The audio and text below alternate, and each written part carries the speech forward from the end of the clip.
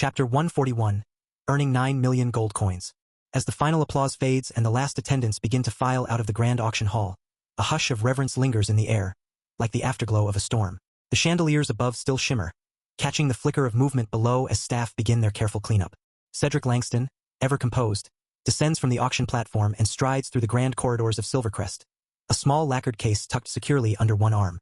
He passes through velvet curtain halls and up to the VVIP lounge. 2 guards bow and part without question. Inside, Alex stands near the tall arched window, bathed in soft amber light. To the others, he appears a young noble of calm presence, his posture refined, his expression unreadable. But beneath the illusion lies something far more monstrous, a predator draped in elegance. Drea sit next to him, her hands folded neatly in front of her, eyes watching Cedric's approach with interest. Cedric bows deeply. "Lord Alex," he says with polished formality. "The final accounting as promised." Alex turns, his golden eyes glinting faintly in the light. "You've moved quickly, Cedric. That's commendable." Cedric offers a slight smile and places the case on the ornate table beside them. With a quiet click, he opens it to reveal several neat stacks of golden plaques and platinum slips, high-denomination tokens used for ease of large transactions. 9 million gold coins, your total earning from the 3 items sold, Cedric says smoothly. Had it been a standard consignment, the auction house would claim 10%.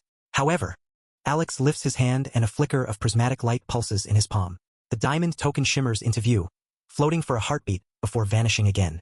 Cedric bows his head in acknowledgement. Indeed, as a diamond token bearer, your commission fee is reduced to 5%. Thus, 450,000 has been retained by Silvercrest, and the remainder is now yours. Drea's smile widens slightly at the sound of the final sum, but she says nothing, merely glancing at Alex to gauge his reaction. Alex closes the case with a soft click, his expression unreadable. "Excellent," he says quietly. "You've handled this with the efficiency I hoped for." Cedric folds his hands. "It was an honor to present such rare items. The sword, in particular, has created quite the stir. Prince Asdri's purchase will no doubt echo through courtrooms and academies across the continent." "Let it echo," Alex murmurs. He turns to the window again, eyes casting over the city's glowing skyline. "It'll keep them guessing." Cedric hesitates, then speaks with mild curiosity. "Forgive me, but may I ask, will there be more?" Alex doesn't look back. "When the time is right." The silence hangs, rich and unspoken. Cedric, sensing no further questions will be entertained, bows once more. "Then I shall take my leave. Thank you again, Lord Alex." Alex nods once, and with that, Cedric retreats, his footsteps soft against the thick carpet. The doors of the Silvercrest auction house swing open, and Alex steps into the night. The soft hum of the city's nightlife pulses through the main avenue, carriages rolling past, noble chatter drifting on the breeze. Drea follows a step behind, her eyes scanning casually but alert as ever. Alex walks with purpose, the lacquered case in one hand, his monstrous presence carefully veiled behind the elegant silhouette of a young noble. The cold night air brushes his skin. Not that it matters. His senses stretch farther than the average human, and even before he fully descends the marble steps, he knows. They're waiting. Standing near the edge of the plaza beneath a polished obsidian statue, Prince Asdri and his 2 companions, Pike and Famir, watch the entrance closely. Alex doesn't falter. He descends the final step and walks directly into their line of sight. Asdri's body stiffens the moment he sees him. Asdri's gaze is locked on Alex. A sudden pulse surges down his spine, cold, sharp, primal. Danger. His sixth sense. The same feeling that saved his life more times than he can count. The feeling people mock as paranoia, but it has never failed him. And it screams now. His breath slows, the hairs on his arms rise. It's him. He looks the same. Those calm, unreadable cold eyes, the air of effortless control. And the woman beside him, elegant, silent, watching everything. Asdri inhales slowly, steadying himself. The storm in his instincts quiets, though it never fully fades. He steps forward, offering a smile, polished, princely. "You carry yourself well," Asdri says, voice smooth now. "I realize we haven't been properly introduced." Alex halts a short distance from them, his gaze level. "That's true." Asdri extends a hand slightly, a diplomatic gesture. "I am Asdri, 2nd Prince of Valgros. And you are?" Alex gives the faintest nod in return.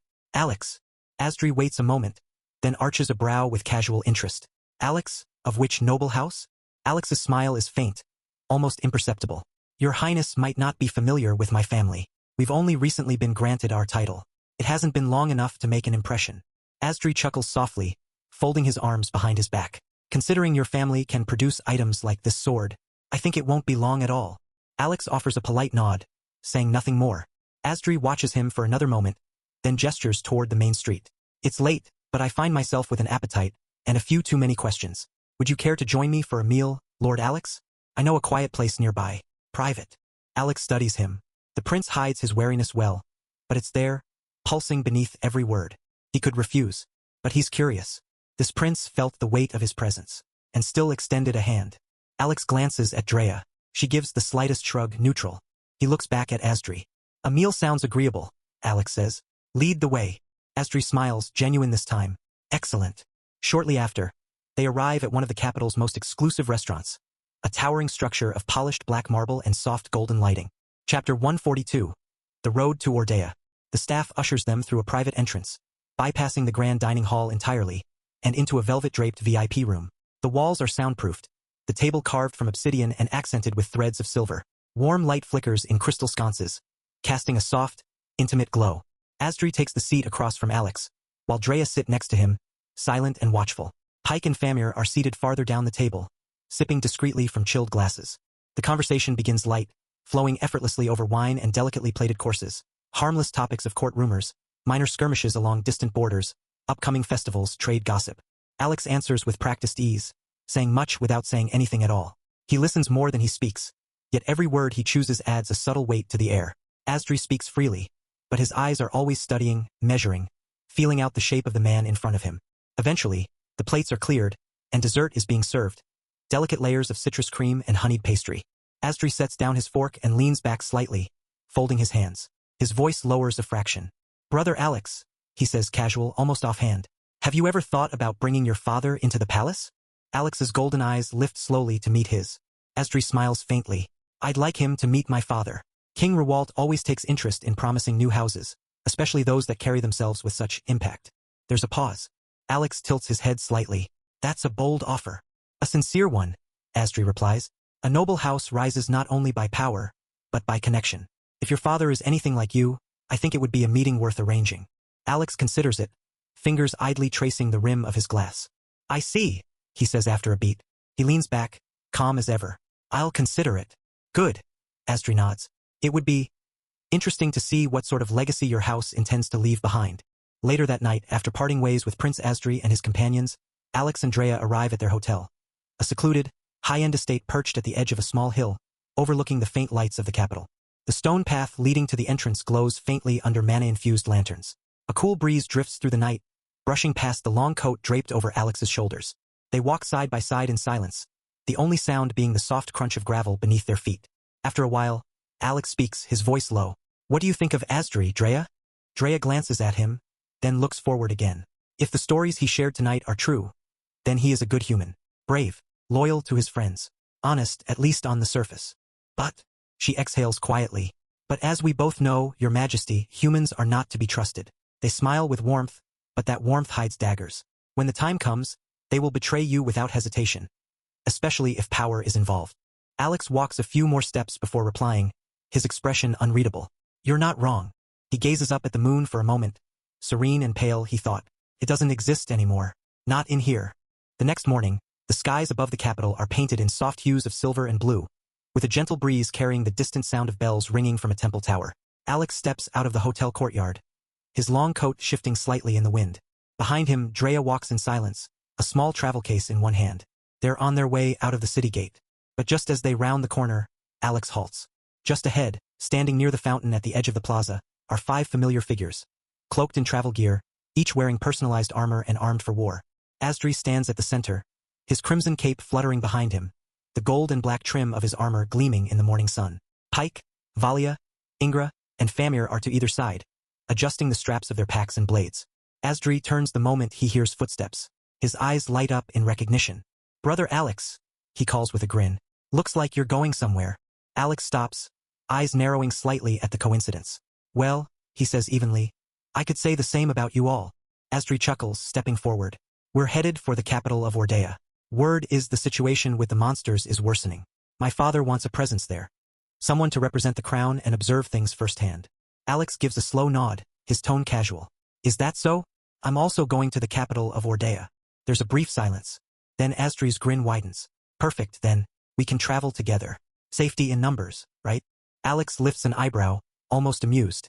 I suppose that depends on what we encounter. Drea, standing quietly beside him, simply watches Asdri with a calm, unreadable expression. Asdri gestures behind him. We're leaving within the hour. Our carriages are waiting by the southern checkpoint. If you're interested, we'll make space. Alex glances once at Drea, then back to Asdri. Very well, he says. Let's see how you travel, Prince. Asdri laughs, already turning toward the gate. I promise, brother, we travel in style. Alex walks forward without another word, his eyes glinting faintly beneath the morning sun. The road to Ordea just got more interesting. As they reach the southern checkpoint, Alex expects to see polished carriages, perhaps an escort of soldiers, banners flying high. But instead, he finds only the 5 of them, Asdri, Pike, Valia, Ingra, and Famir, standing by a single sleek wyvern-drawn cart, outfitted for rough terrain. No fanfare. No guards. Just the prince and his companions, dressed like seasoned adventurers. But their equipment tells a different story. Chapter 143, Blackfall City. Their armor gleams with a quiet power. Runes etched in ancient languages pulse faintly beneath the surface. Each piece is fitted not just for combat, but for someone who's worn it long enough for it to feel like skin. Pike, the towering warrior, carries a massive great axe across his back. Its blade is obsidian black, with jagged lightning trapped inside the metal like a storm waiting to break. Ingra, the mage, wears a flowing robe interlaced with living threads of crystal. Her staff, taller than her, hums softly in her grip, an intricate lattice of bone and starlight. Famir, lean and relaxed, has a longbow strapped across his shoulder. The wood is pale and striated with golden lines that move like veins. His quiver glows with faintly marked arrows, each tip barbed with frost or fire. Valia, the healer, is clad in soft white armor with gold filigree, her staff curved like a crescent moon. A tier 5 healer rare as any artifact. And Asdri, of course, looks like he's stepped out of a forgotten legend. His armor bears the emblem of a dragon coiled around a rose, etched with symbols even Alex doesn't recognize. Alex stops before them, eyes drifting across each of them one by one. Interesting, he murmurs. You're all equipped very well. Pike grins at the comment, reaching up to rest a hand on the hilt of his great axe. Well, it's all thanks to our captain here. He is quite rich. Famir chuckles, tilting his head. That's right. Captain helped us greatly. Alex still studying the gleam of their weapons, the subtle hum of mana thrumming around them. If you don't mind me asking, he says slowly, how did you all get tier 5 equipment? They're rare. Most nations would kill just to get their hands on a single piece. Asdri smiles. I wish I could tell you, he says with a shrug. Let's just say, we come from far away. And where we come from, things are a little different. Alex watches him for a moment longer, but doesn't press. He nods once. Fair enough. Drea steps up behind him, whispering just loud enough for only him to hear. He didn't lie, but he didn't tell the truth either. I know, Alex murmurs back. The journey to Ordea begins soon after. The wyvern-drawn cart glides smoothly over the well-worn roads, cutting through hills and forested stretches. Conversation drifts easily among the group. Asdri talks politics with Valia. Ingra reads quietly. Pike snores. Famir hums a tune with his feet kicked up. Alex remains mostly silent, observing. By the 3rd day, they pass through a narrow canyon trail, and that's when the trouble comes. A ragged group of bandits emerges from the rocks above, shouting threats and waving weapons. Their armor is rusted, their confidence bloated by numbers. At least 24 of them block the path, thinking they've found easy prey. Alex doesn't move, neither does Asdri, but Pike grins, stretching like a man waking from a nap. Finally, he mutters, rolling his shoulders. I was getting stiff. He leaps from the cart in a single motion, his great axe swinging free with a thunderous crack. Famir is already gone, his bow drawn in one fluid motion. Arrows whistle like wind cutting glass. Each one finds a throat or an eye before the scream can form. Ingra remains seated, eyes glowing faintly as her staff lifts by itself. The temperature drops. The bandits' feet freeze to the stone before they can flee, frost crawling up their legs. It's over in less than a minute. The canyon is silent again, except for the wind. Pike wipes blood from his axe and groans. That was it? I barely got warm. Poor planning on their part, Famir mutters, already readying his quiver. Ingra doesn't even glance at the bodies. Bandits are bold these days, or just stupid. After another full day of travel, the horizon finally breaks to reveal the towering white walls of Ordea's capital, Blackfall City. Pristine stone etched with wards, banners fluttering high in the breeze. The roads grow wider, cleaner, more patrolled. The faint sound of city life hums beneath the wind. As they approach the main gate, a figure stands waiting. Marshal Zinov is a tall, broad-shouldered man with a stern face lined by old battle scars. His aura radiates experience and the weight of command. Yet, when he sees the arriving group, a rare warmth flickers in his expression. He steps forward as they come to a halt. Welcome, Your Highness, Zinov says, voice steady as steel. Asdri dismounts from the cart, grinning wide. Uncle, it's good to see you doing well. Zinov chuckles dryly. Good is generous. I almost died fighting that damned king of the monsters. Alex's eyes narrow slightly. Zinev turns slightly, eyes locking with his. If not for his highness's gift, I wouldn't be standing here right now. He bows his head to Asdri. So I owe you my life. The words hang in the air for a moment. Alex's expression doesn't change, but a glint sparks in his eyes. Asdri claps a hand on Zinev's shoulder with a short laugh. Still dramatic as ever, uncle.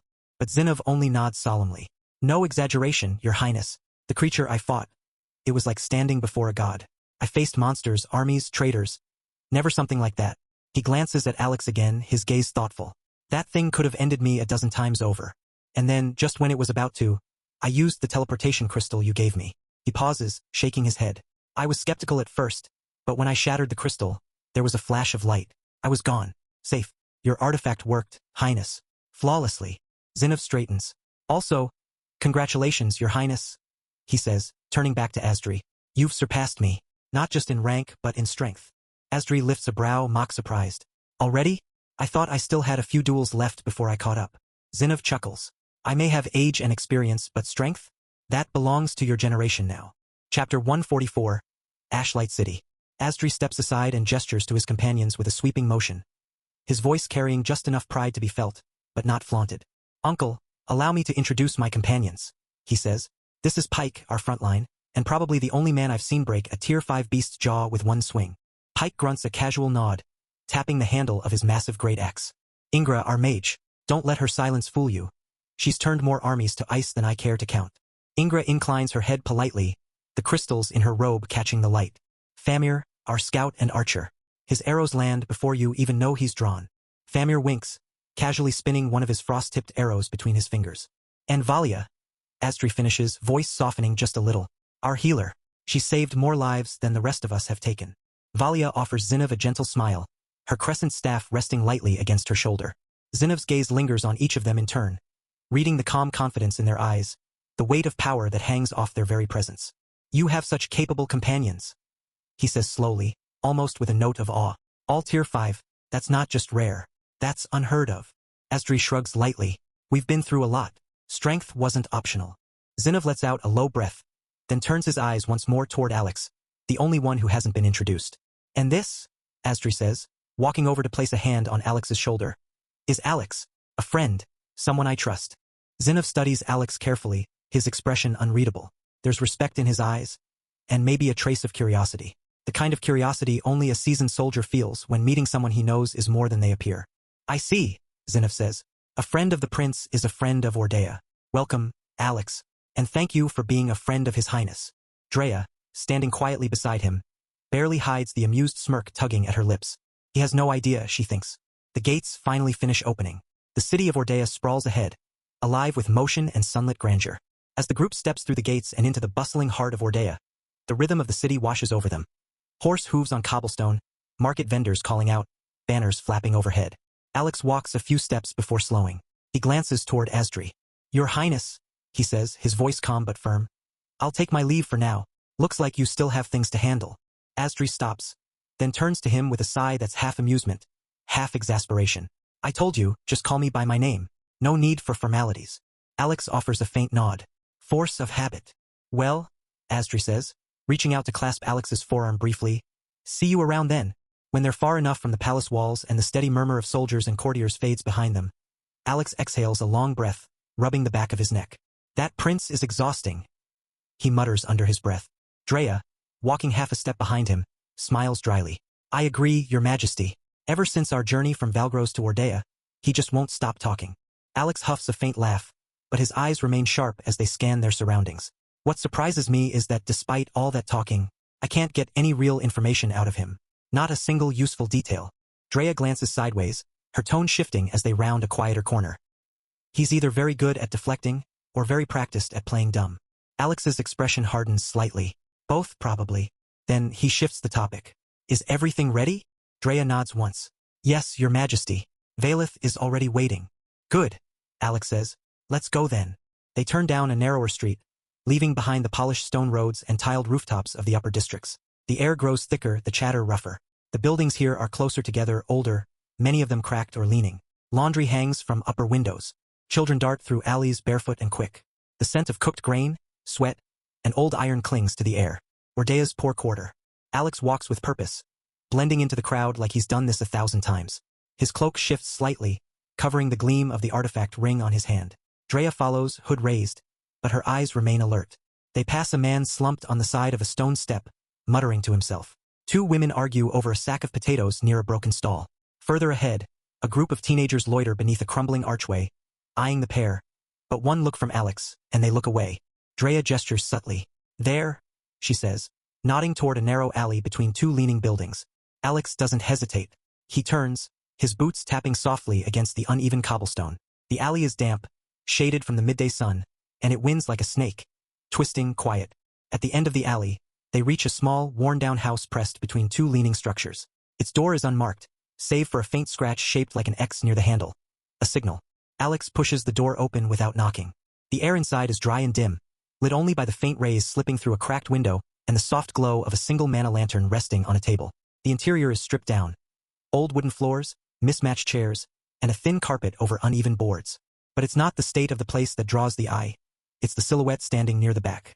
Vaelith. He drops to one knee the moment he sees Alex enter, bowing his head. Your Majesty.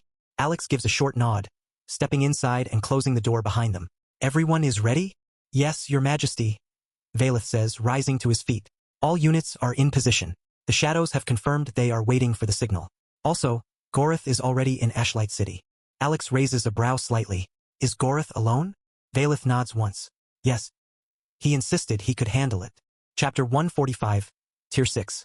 Alex folds his arms, thinking for a moment. Ashlight is the 2nd strongest city in the Ordea Kingdom. Bold of him. Alex's gaze shifts to the window, where the muffled sounds of Ordea's streets still bleed in. The sudden appearance of Asdri was unexpected, he murmurs.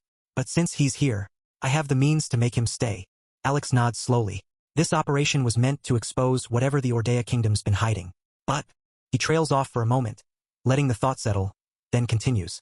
Knowing just how powerful Asdri's party is, that's a worthwhile trade. Alex's hand lifts slightly, palm facing upward, and with a subtle shimmer of light and distortion, an item materializes. It floats above his hand for a moment before solidifying. A black crystal orb, no larger than a clenched fist. Veins of deep crimson pulse faintly beneath its surface, like blood flowing through stone. The energy it emits is palpable, heavy, ancient, almost feral. A Tier 6 summoning core, a relic of unspeakable value and devastating consequence. Alex holds it out without fanfare. Vaelith steps forward with the reverence of someone being handed a sacred weapon. He takes the orb carefully with both hands, the red glow painting thin shadows across his sharp features. You already know what to do, Alex says, his voice calm but absolute. Vaelith meets his gaze, the barest flicker of anticipation in his eyes. I do, Your Majesty. No further words are needed. Vaelith tucks the orb into a small void pouch beneath his cloak, the fabric swallowing the light whole. Then, like mist touched by wind, he vanishes. No footsteps. No rustle of movement, just silence, and the faint ripple in the air where he stood. Night falls. Ordea's sky bleeds into violet and deep blue, the last strands of sunlight fading behind the rooftops. Lanterns flicker to life across the city, casting long shadows that stretch and shiver with every passing breeze. Market stalls begin to shudder, and voices quiet to a tired hum. The noble district glows with golden lights and laughter. Down in the poorer quarters, the streets are quieter, rougher, alive with the smells of roasted maize, smoke, and wet stone. Everything seems normal. But in the heart of the city, near a crowded square lined with taverns and traders, a sudden, deafening explosion tears through the night. Boom! A ripple of crimson light pulses through the air, followed by an ear-splitting blast that shatters windows in a 3-block radius. The ground trembles. Flames roar skyward from a collapsed section of the square, sending splinters of wood and shards of stone into the night sky. Screams erupt. People run, stumbling over one another, some bloodied, some too shocked to move. A child wails for her mother. A horse bolts through the smoke, dragging an empty cart. From the nearby barracks, Ordea's soldiers flood into the streets, steel drawn. Move! Get out of the way! Make a path, guards with me! A squad led by a grim-faced captain rushes toward the epicenter. As they break through the veil of smoke, the lead soldier skids to a halt, eyes widening. What the hell? The monster stands in the center of the destruction. It's humanoid but barely. 7 feet tall. Its skin is a shifting shade of ash and obsidian, like living stone cracked by molten veins. Glowing red fissures pulse across its body with every slow breath. Its face is mostly featureless. No eyes, no mouth. Just a smooth, angular mask of hardened flesh, marked with a single vertical slit down the center, leaking faint steam. Its arms hang low, clawed and armored, with fingers too long, tipped in barbed black bone. His presence is unnatural, suffocating. Not a beast, not a demon, something else, something ancient. One of the soldiers stumbles backward, breath caught in his throat. What is that? The captain swears under his breath. Get reinforcements, now. Sound the horns. As if hearing them, the creature tilts its head slowly, and vanishes. It reappears an instant later in the middle of the squad. A sickening crunch echoes through the street as its claw rips through a man's chestplate like paper. Blood sprays across the cobblestones. The others barely react in time. Blades clash against its hide, sparking but doing nothing. Form up. Hold the line. But fear is already setting in. One soldier swings, only to be caught mid-strike and thrown through a wall. The creature lets out a sound. Not a roar, but a low, grinding hum, like stone on stone, vibrating in their bones. From a rooftop, unseen in the shadows, Valeth watches. Cloaked in shadow, eyes gleaming faintly red. His voice is low, whispered through a communication glyph. The beast has been released. In a different part of the city, Alex leans against a rooftop balcony, arms crossed, gazing toward the rising smoke in the distance. Behind him, the city's bells begin to ring in alarm. Drea steps up beside him. It started. Alex exhales once, slow and calm. Let's see how the kingdom reacts to a threat they can't handle. His eyes narrow. And let's see how the prince handles something he didn't expect.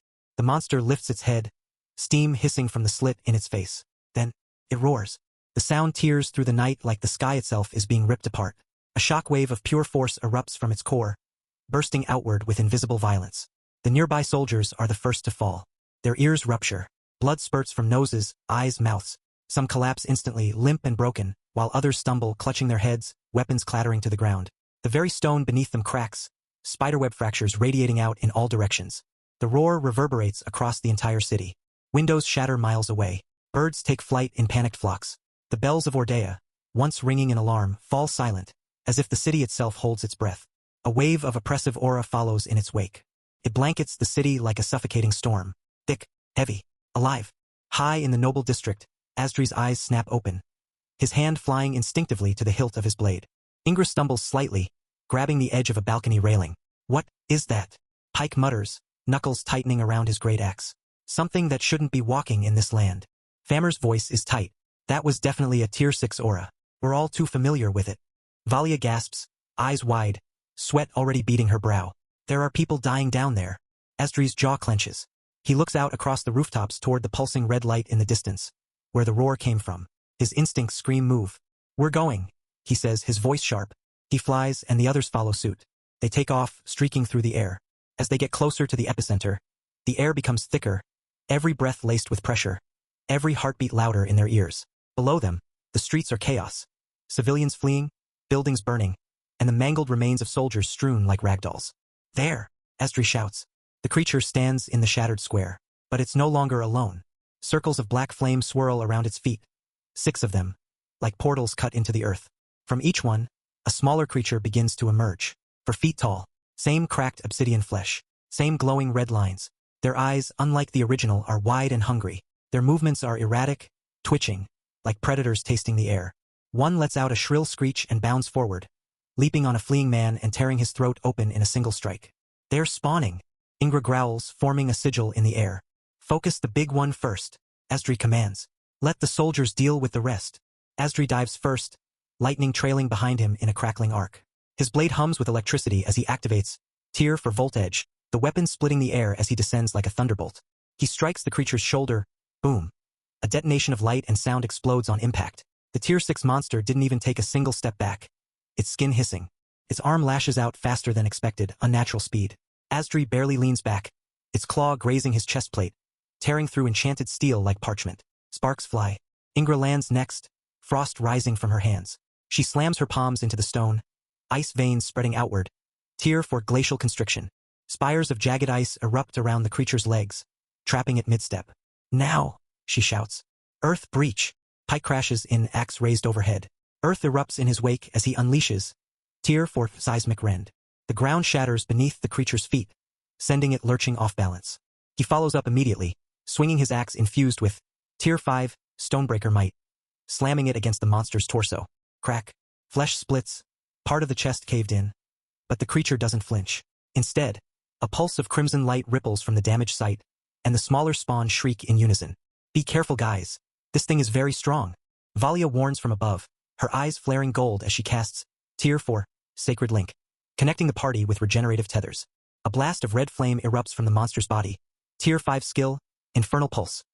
Burning the ice away, sending Pike skidding backward in a scorched crater. Famir doesn't wait. He's already in the air, bow drawn to full tension, wind swirling around him in furious spirals. His eyes narrow, locking onto the beast's exposed shoulder. Tier 4, Cyclone Shot. The arrow looses with a high-pitched whine, spinning violently as it slices through the smoke. The projectile pierces the creature's side with a blast of wind pressure, kicking up debris in a wide radius. A dent, nothing more. The creature turns its head slowly, too slowly, to look directly at Famir. That vertical slit in its face widens, just slightly, like it's smiling. Chapter 146. Across the Kingdom of Ordea. The monster blurs. One moment it stands, the next it's just gone. Move, Estri roars. A heartbeat later, the beast slams into Famir midair. Wind explodes outward in a shriek as the archer is hurled like a comet into a distant building. The impact sends stone and dust flying. Valia gasps, her tether flaring as it redirects healing energy into Famir's broken frame. I've got him, she calls, floating quickly toward the wreckage. Asdri doesn't hesitate. Tier 5, Stormbind Blade. Lightning dances along his sword, splitting into jagged arcs that form a glowing cage midair. He swings downward, sending a wave of chained thunderbolts that strike the monster's limbs, stunning it for a split second. Ingra now. Tier 5 Cryolance. A massive spear of ice slams into the monster's thigh, freezing flesh and shattering crystal in a burst of cold mist. The impact is solid, deep enough to stagger it. Pike, Estri barks. On it. He crashes down with a bellow, smashing his axe into the weakened joint with Tier 5, Crushing Quake. The monster's leg buckles, but doesn't fall. Instead, its arm snaps up and grabs Pike by the head. Shit! The next moment, Pike is slammed into the ground like a hammer to a spike. Dust geysers from the crater. The monster lifts him again, about to strike once more. Tier 5, Windstep Volley. 3 arrows slam into its elbow, bursting with razor-sharp gusts. The grip loosens and Pike rolls away, groaning. The monster turns again, fixated on Famir now returning to the air, blood trailing from his temple but bow still steady. While chaos grips the capital, a deeper plan unfolds. Across Ordea's territory, north, west, and east, city after city erupts into sudden conflict. Black smoke rises into the sky from Idold, the trade hub of the western coast. Screams echo through its alleys as armored monsters descend from the cliffs beyond the city's outer wall. They strike with precision, some blades coated in a gleaming violet sheen poison. Their eyes glow faintly blue, unblinking. Reinforcements. We need reinforcements now. A commander bellows atop the battlements, fending off 2 assailants with trembling arms. A communication crystal hums in his hand. This is Captain Roan of Idold. We are under attack by unknown hostiles. Hundreds, no thousands, requesting support from the main army. After waiting for 5 minutes, which should be enough time for his message to arrive in the capital, and them giving a reply. But no message arrive. What? Roan stares in disbelief as the line dies. Behind him, the gate bursts open with a thunderous boom, and the enemy floods in like a wave of shadow. The commander barely has time to shout before a massive creature, 8 feet tall with jagged, insectoid armor and serrated claws, leaps into the courtyard. It lands with a crunch, sending cracks through the stone beneath its feet. Roan turns to face it, sword raised. Hold the line. The creature's mouth splits open, revealing rows of needle-like teeth. It laughs. Then it lunges. Far to the north, in the snowy city of Haldenridge, fires now bloom across the frost-covered rooftops. The local militia, clad in furs and light steel, are overwhelmed by serpentine figures slithering through the snowdrifts. Silent, swift, merciless. Don't let them pass the inner gate, cries a young lieutenant, loosing a bolt from his crossbow. It bounces harmlessly off the scale-armored hide of a serpentine warrior. The monster doesn't even blink before slicing the man's arm clean off with a curved blade. Inside the city's keep, panic reigns. We need to contact the capital, a noble cries, clutching a bloodied arm as he's dragged behind the last defensive line. We've already sent the request. A mage snarls, sweat freezing to his brow. They're not answering. They left us to die, someone whispers. No one corrects them. In the east, the port city of Havarg reels as massive arachne descend from rooftops, skittering across walls and dragging screaming soldiers into alleyways. Thick webbing covers whole streets, choking passageways, trapping reinforcements. A commander shouts, "Burn the webs! Clear a path!" But the fire only reveals more monsters lurking in the smoke. Arachne twice the size of a horse emerges through the flames, eyes glowing a bright, malevolent red. It hisses and launches a glob of venom that instantly melts through steel and flesh alike. Above it all, a flying monster with scaled wings glides over the burning harbor. The city's harbor defenses crumble under the assault. Ships burn at anchor. The sea reflects fire and blood. Another request for help goes out. And another is ignored. Back in the capital, within the army's war chamber, panic grows louder than any command. We're losing contact with our other cities. The communications network is failing. Why isn't the army responding? A general slams his fist against the table. Because they're all here, fighting that thing. Dozens of officers and strategists are gathered around a glowing map. Red markers blink faster and faster as they lose signals. Edold, Haldenridge, Velharn, and more. The tents heavy flaps part with a gust of wind as Marshal Medrin strides in. The temperature seems to drop as soon as his boots hit the stone floor beneath the reinforced war tent. Silence falls. Every officer straightens and salutes instantly. Marshal on deck. Medrin's presence is overwhelming. Tall, cloaked in dark blue armor etched with golden inlays, and a sword resting against his back that only a handful alive have seen drawn. His eyes, cold and sharp, scan the chaos of the command tent. The situation in the other cities? His voice is quiet, yet it cuts through the air like steel. General Orston steps forward, his gauntlets blood-stained, his voice tight. Sir, we've lost communication, across all fronts. Edold, Haldenridge, Velharn, and possibly more. What? Medrin's tone barely shifts, but those closest to him flinch. The enemy might possess some kind of item or device that's disrupting our message crystals. No replies are getting through. Every attempt to connect is being severed. Medrin's jaw tightens. So we're blind. Orston nods, grim. Deaf and blind, sir. And outmaneuvered. The silence hangs again. Thicker now. Medrin's hand clenches slowly by his side. For the first time in decades of battle, he feels useless. He had come to the capital with the army to protect the heart of the kingdom. Yet now, while their cities burn, while their people scream for help, they are locked here, pinned by a single monster. One whose very presence paralyzes him. He had stood against powerful Tier 5 monsters, against war slots and invading enemies. But this creature, this thing, its aura alone crushes his will when he steps near it. As if the world itself grows heavier. Medrin's hand drifts to his chest, brushing aside his cloak. Beneath the armor, strapped to a chain against his skin, is a sealed case of silverwood and obsidian. An object the queen herself had given him long ago. Only if the prince is about to lose, she had said. Only then. Medrin closes his eyes. He remembers her gaze calm, unshaken, as she placed the case in his hands. The monster's roar splits the sky. Asdri breathes heavily, lightning flickering across his shoulders as his sword crackles in his grip. Blood runs down his arm, but he doesn't flinch. This is getting out of hand. Famir pants from above, circling wide, arrows knocked and fingers trembling. We can't keep this up. Then we stop holding back. Asdri growls. His voice rises. Everyone, we use it now. Ingra's eyes widen. The link skill. It's time, Asdri says, steady and sure. We use everything we've got. The others exchange looks. Exhausted, bloodied, but nodding. All right then, Pike says with a grin, wiping blood from his jaw. About damn time. Valia lifts her staff, eyes glowing softly. Activating it now. Everyone breathe together. She chants softly, her voice calm and rhythmic. Tier 5, Soulbind Convergence. Golden threads of mana weave from her staff, snaking toward each of them. Asdri feels the warmth pierce his chest. The pain in his shoulder lessens, and suddenly he feels Pike's burn on his back. Ingra's frozen numbness on his arm. Famir's cracked ribs in his side. And his own pain, dispersed, thinned out, shared. A ripple of power surges between them. A single pulse. Then silence. Tier 5, Stormheart Overdrive. He roars. Electricity erupts from his body like a thunderstorm made flesh. Lightning courses along the ground, splitting stone and air alike. He vanishes in a blink, reappearing mid-air above the monster, blade poised.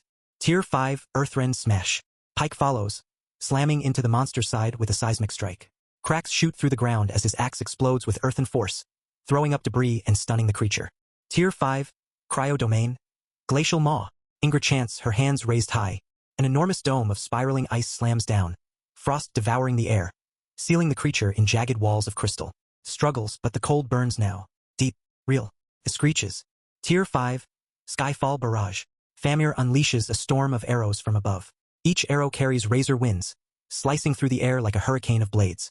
They pierce flesh, wings, and armor, ripping chunks of the monster with each flash. Valia stands at the center, arms outstretched. Tier 5, Divine Veil. Stay linked. I'll keep the flow steady. A shimmering shield expands outward from her, bolstering their armor, patching wounds even as they form, converting pain into fuel for their next strike. The monster roars again, but it's different now. Angrier. Chapter 147, Link Skill. It slams a claw into the ice and shatters part of it, surging forward with unnatural speed. Then a boom. Asdri is there. Lightning coils around his blade, his voice a thunderclap. Tier 5, Stormpiercer descent. He crashes down, blade first, lightning turning the monster's shriek into a crackling scream. Staggers back, only to take Pike's axe to the side. The monster retaliates. A pulse, pure and devastating, gathers at its core. Black veins ripple across its skin, and its remaining wings snap open, crackling with void energy. The temperature drops. The air trembles. Asdri's eyes widen. Everyone brace. Tier 5, Oblivion Flare. The world erupts. A beam of compressed energy, wide as a street and dark as the abyss, tears through the city. Buildings disintegrate. The earth itself fractures. A section of the capital, homes, towers, streets, is gone in an instant, replaced by a glowing trench of ruin. Even the monster seems winded after that. Steam hisses from its body, its own flesh burning from the sheer backlash of its power. Asdri's heart thunders. We're taking this to the skies. Now!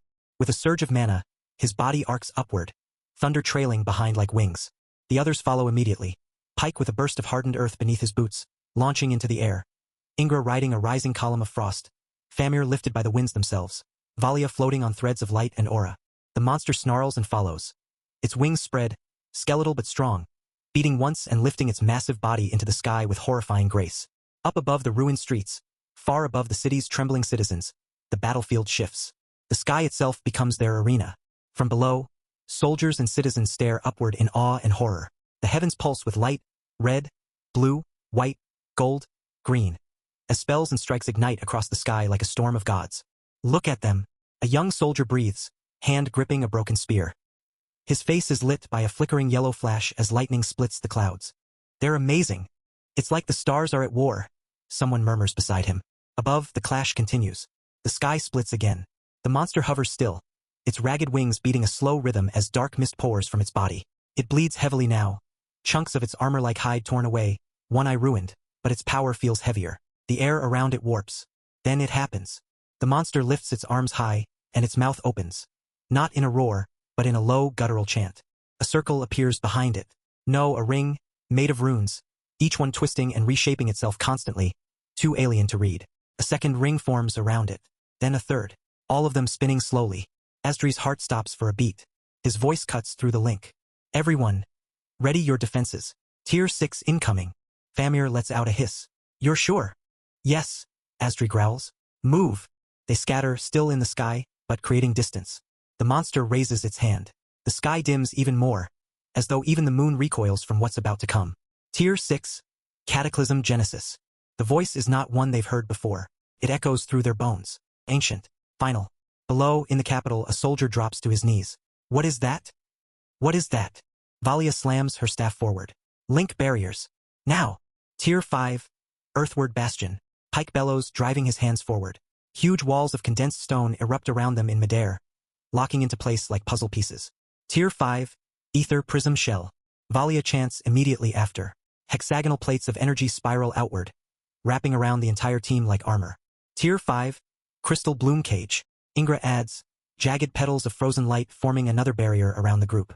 Tier 5, Gale Reversal Field. Famir roars. Winds spiral inward, meant to deflect and redirect energy away from the city below. Asdri raises his sword overhead. Pulses, overcharged with blue lightning. Tier 5, Thunderhold Core. The final layer forms, lightning locking everything in place. Their 5 barriers snap together, each one built to withstand a strike that could flatten the city. And still, they all feel it. The Tier 6 skill is like a sun forming in the sky.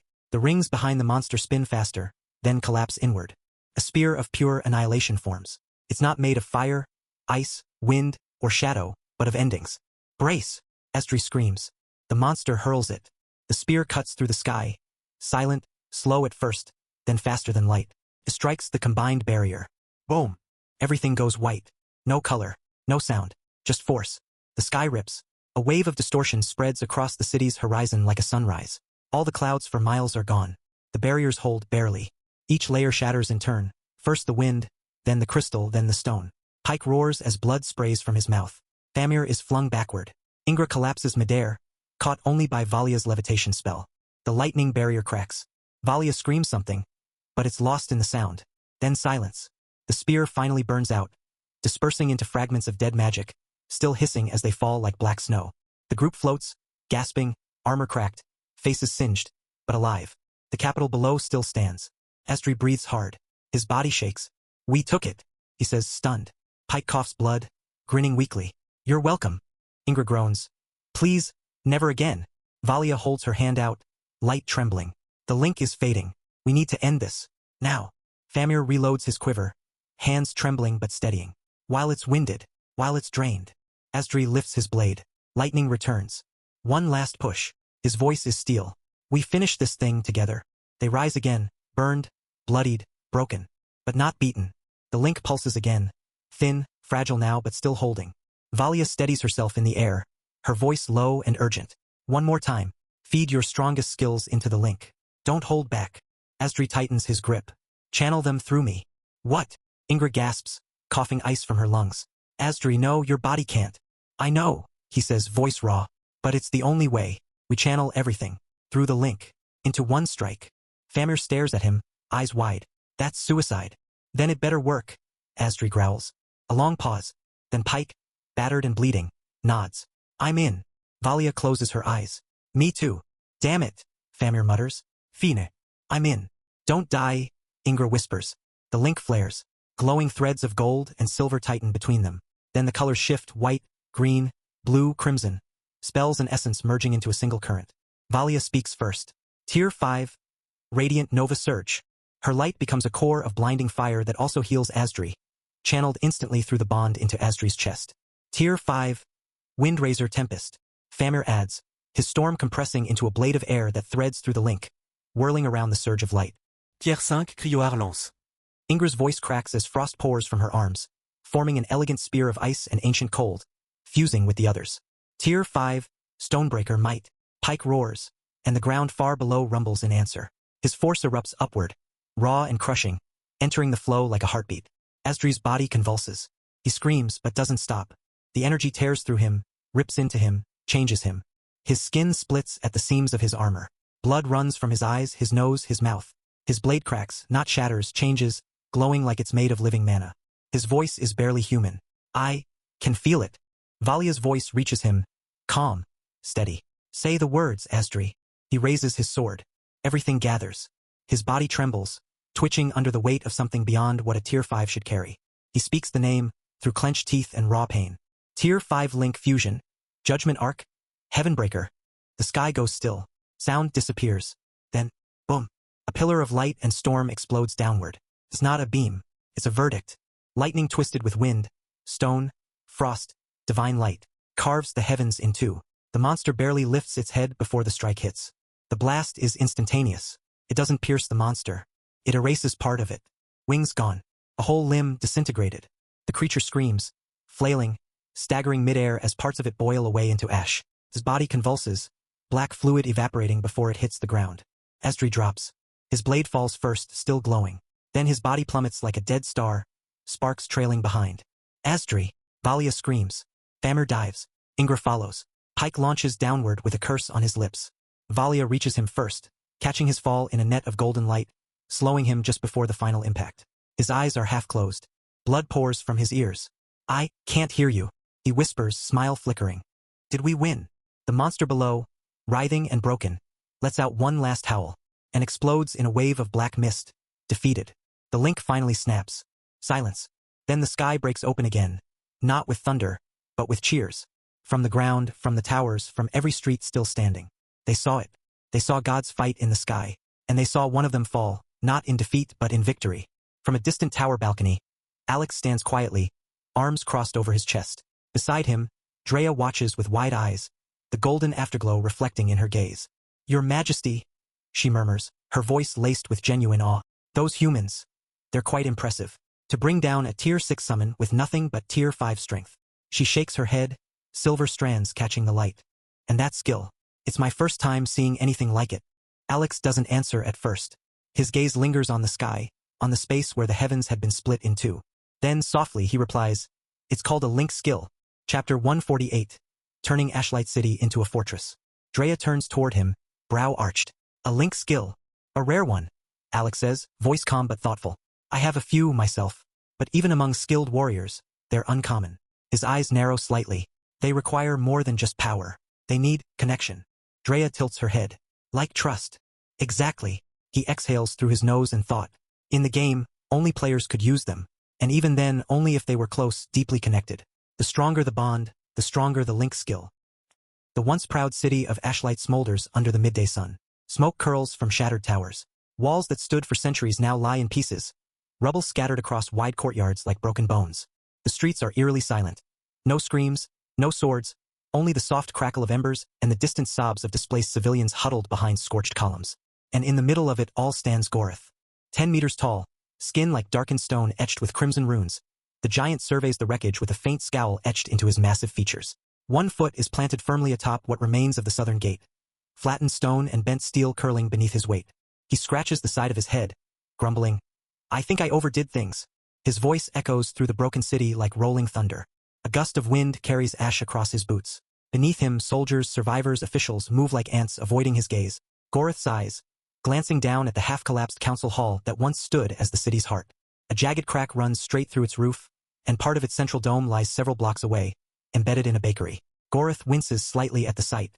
Yeah, Thano is going to throw a fit.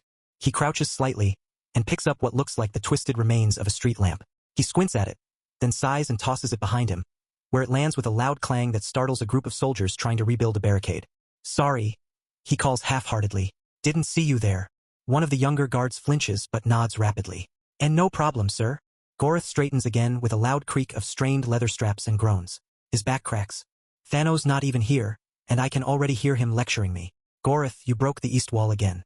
Gorith, why is the aqueduct in 3 pieces? Gorith, why is there a smithy embedded in the clock tower?" He gestures broadly to the devastation with both massive hands. "This is why I don't do city fights. Give me open fields, mountains, hell, the sea. But cities? Too cramped. No space to swing properly." Back on the balcony, the warm glow of divine magic fading from the distant sky, Alex remains still. The wind pulls gently at his coat, brushing strands of his dark hair across his face. Drea doesn't speak. She knows that look, the calculating one. The way his eyes narrow just slightly, as if he's already several steps ahead of whatever's to come. Suddenly, a shimmer distorts the air beside him. Valeth materializes in a swirl of shadow and violet sparks, kneeling instantly. "Your Majesty," she says, voice crisp and steady. "The operation is a success. Our army has taken 7 cities across Ordea.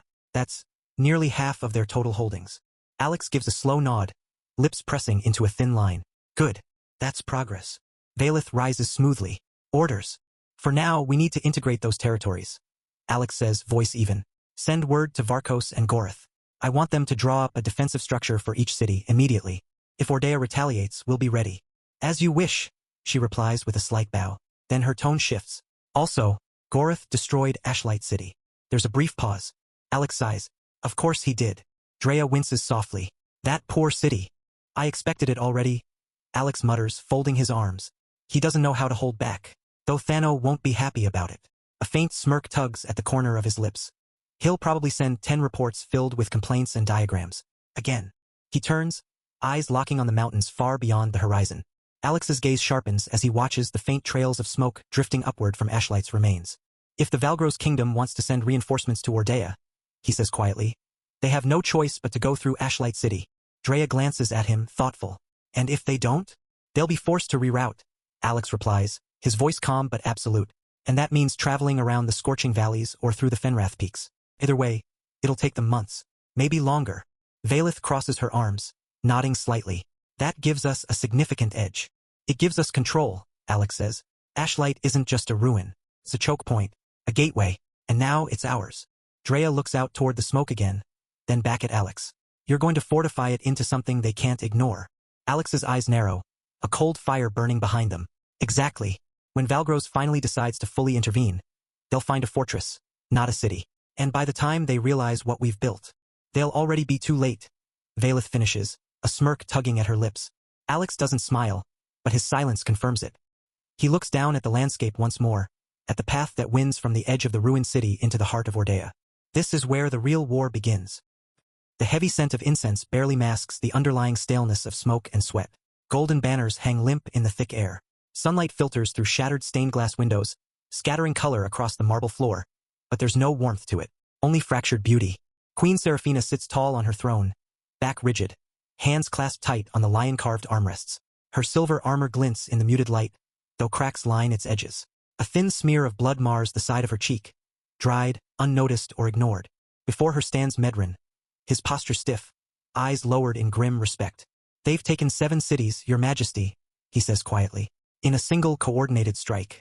Our outposts barely had time to send warnings before communications went dark." Serafina's voice is steady, but low.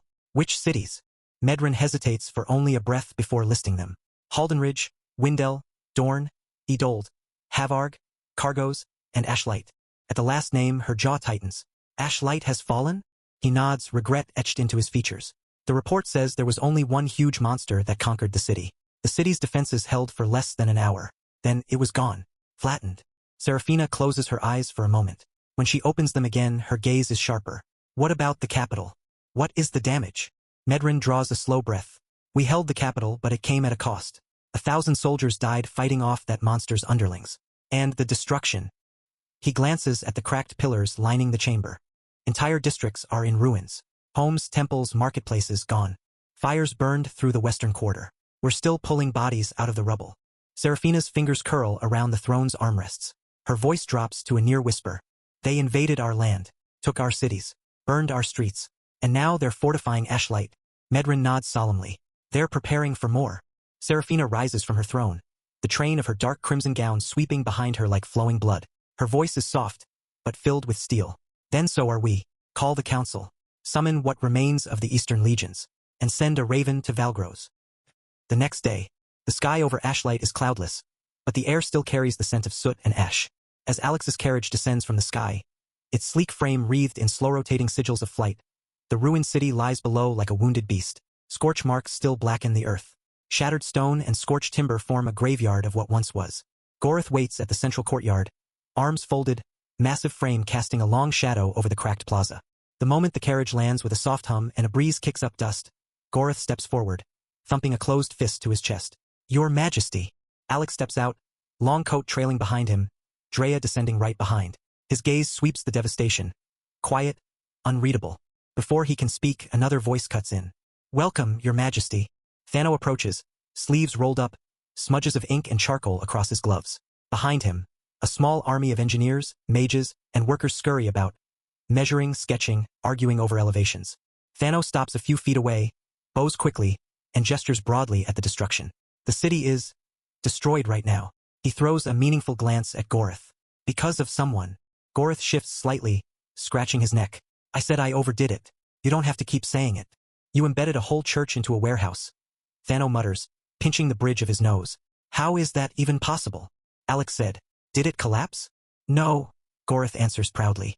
"It's actually standing better than before." Alex lets the corner of his mouth twitch before turning fully to Thano. "The damage is done. What matters now is what comes next." Thano straightens, more composed now. "The blueprints are almost finalized. We'll finish drafting the complete renovation plan in 2 weeks. After that," he glances at his team, "Ashlight will begin its transformation." Alex's gaze sharpens. "Into a fortress." Thano nods. "A fortress city. Reinforced walls, defensive enchantments, underground storage, multi-layered barriers, ballistic towers, and 3 escape routes built into the terrain. It won't just hold the line. It'll break anyone who tries to cross it." Chapter 149. Summoning Legions, Part 1. Later that day, Alex doesn't return to Blackfall. Instead, his carriage turns north, streaking across the sky toward the heart of his kingdom, Noctaris City. The capital rises like obsidian flame from the land, dark spires crowned with glimmering wards, cascading waterfalls flowing from floating islands, and banners bearing Alex's crest billowing in the wind. At its core, the grand palace looms, its towers scraping the clouds. Hours later, the palace gates open. Servants bow low, but Alex says nothing. He moves through the halls in silence, each step echoing against polished stone and golden fixtures. Drea follows for a time, but at the throne room's entrance, Alex waves her off. She stops, bows quietly, and says, "I'll have tea ready when you're done, Your Majesty." The massive doors shut behind him. He stands alone in the vast throne chamber.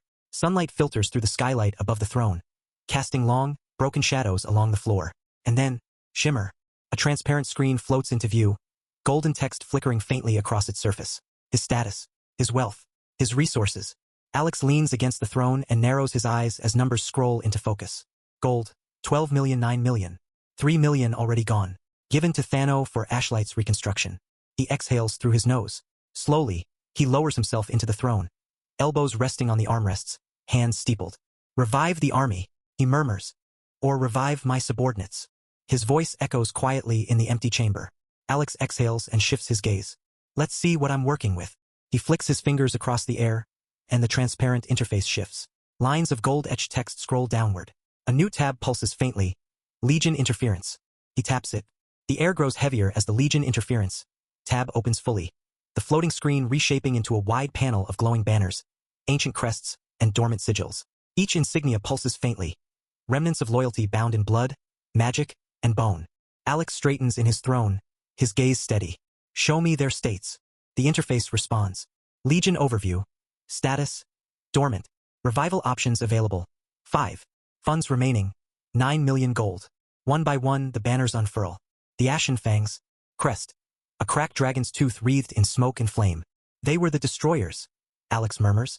Draconics, wyvern spawn, and molten hounds. The Ashen Fangs were a legion of elemental warbeasts, half-born from dragonkin bloodlines, firebound entities, and volcanic creatures. Their purpose, pure offense. Cities fell in hours when the Ashen Fangs flew. Revival cost per soldier, 100,000 gold.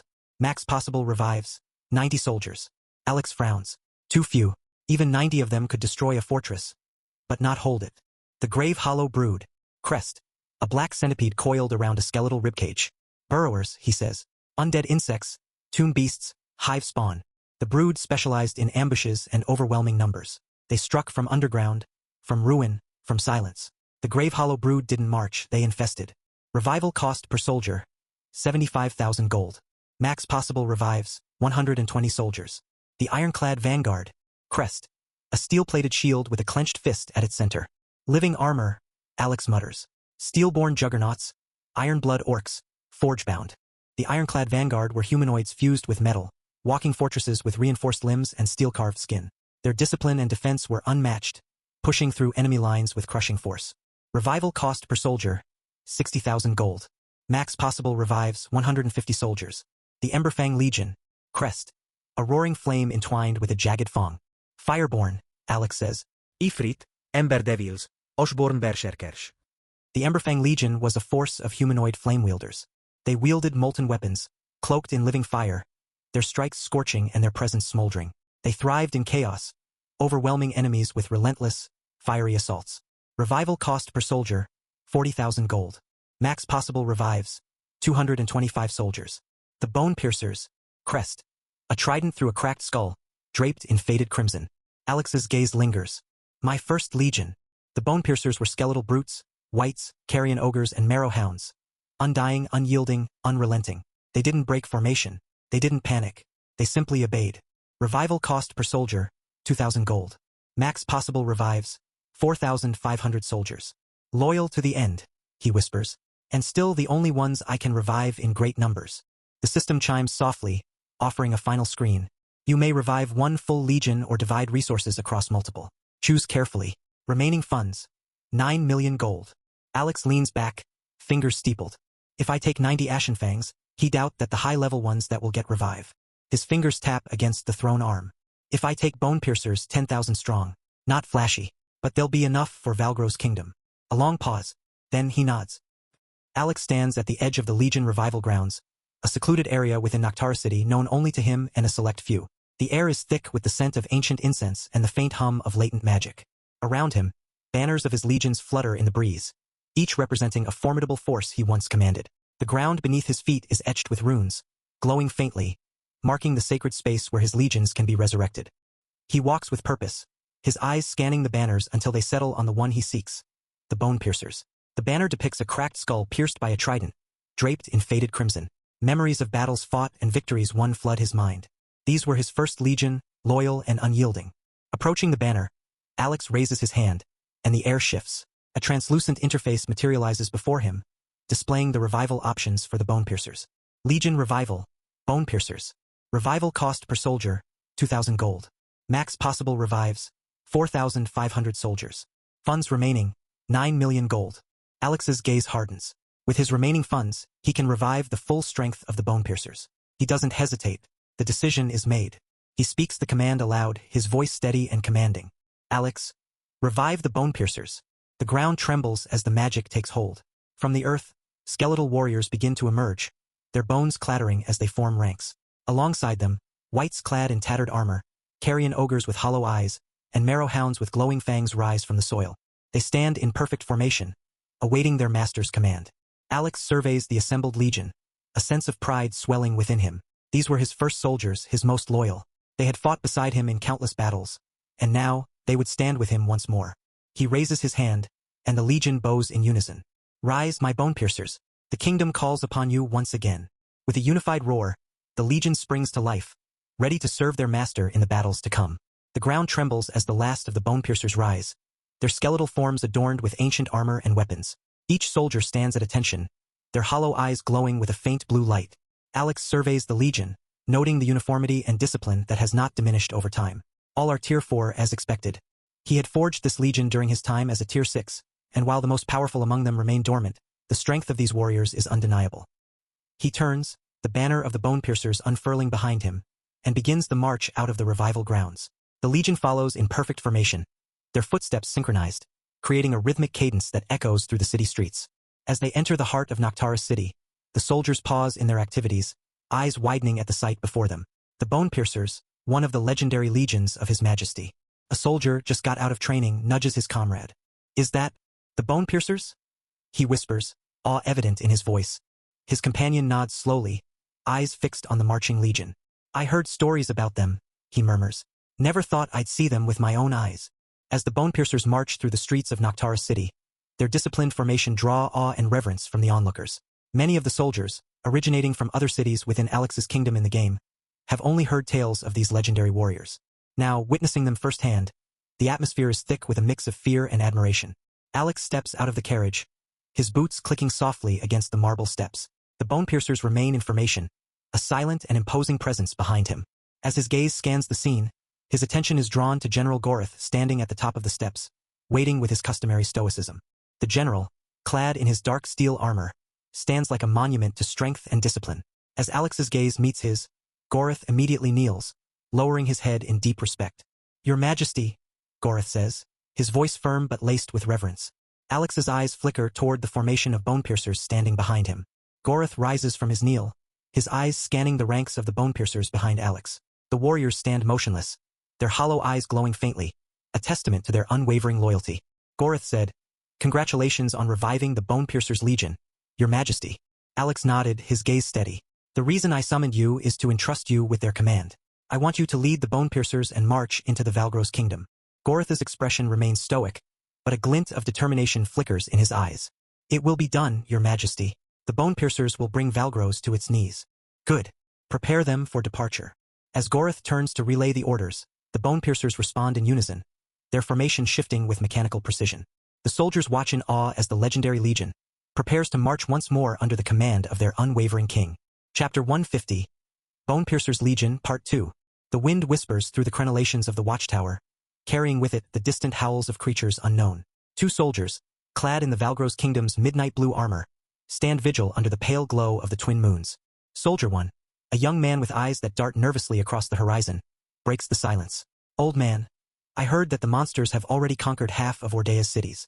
Soldier 2, older and bearing the scars of past battles, nods solemnly. I know. That's why I'm doing everything I can to get stationed elsewhere. After all, Tyrion is one of the two cities they'll likely attack first. The younger soldier swallows hard, gripping his spear tighter. So it's a 50-50 chance. Soldier 2 offers a grim smile. Pretty much. Suddenly, the younger soldier squints into the darkness. Wait, do you see that? He points toward the horizon, where a faint glimmer of metal catches the moonlight. Is that a skeleton in armor? No, he whispers, his voice tinged with disbelief. It's not just a skeleton. The older soldier steps forward, his eyes narrowing. He activates his Night Watcher's sight, a skill that enhances his vision in darkness and over long distances. The world sharpens, revealing a chilling sight. No, he whispers, his voice tinged with disbelief. It's not just a skeleton. By the gods! He sees a legion emerging from the mist, skeletal warriors clad in ancient armor, wights with glowing eyes, towering carrion ogres, and marrow hounds with fangs dripping ethereal ichor. It's not just a skeleton. There are things I've never seen before. Monsters, an entire army of them. The younger soldier's face pales. What do we do? The older soldier grips his weapon tightly, his voice steady. Soldier 2, we sound the alarm. Tyrion must be ready. As the horn blares into the night, the undead legion continues its march, unwavering and silent. The alarm bell tolls through the pre-dawn hush of Tyrion, its deep clang reverberating off stone walls and tiled roofs. Lanterns flare to life across the barracks and guild halls, casting flickering light on the hurried movements of soldiers and adventurers alike. Boots thud against cobblestones, armor clinks, and the sharp commands of officers cut through the chaos. In the central square, Captain Kedora stands atop a hastily assembled platform, his voice booming over the assembling crowd. Form ranks. Mages to the rear, archers on the flanks. Prepare for a defensive formation.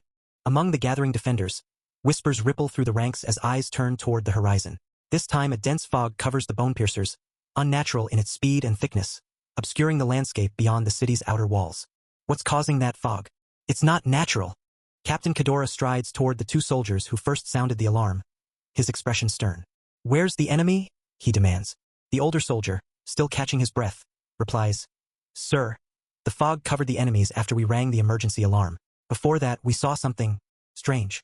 A skeleton in armor. A murmur spreads through the assembled troops. A skeleton? Walking? One soldier mutters, disbelief evident in his voice. Another adds, How can the dead walk? Their questions are answered as the fog begins to dissipate, revealing a chilling sight. An army of skeletal warriors, wights, towering carrion ogres and monstrous creatures stands in formation.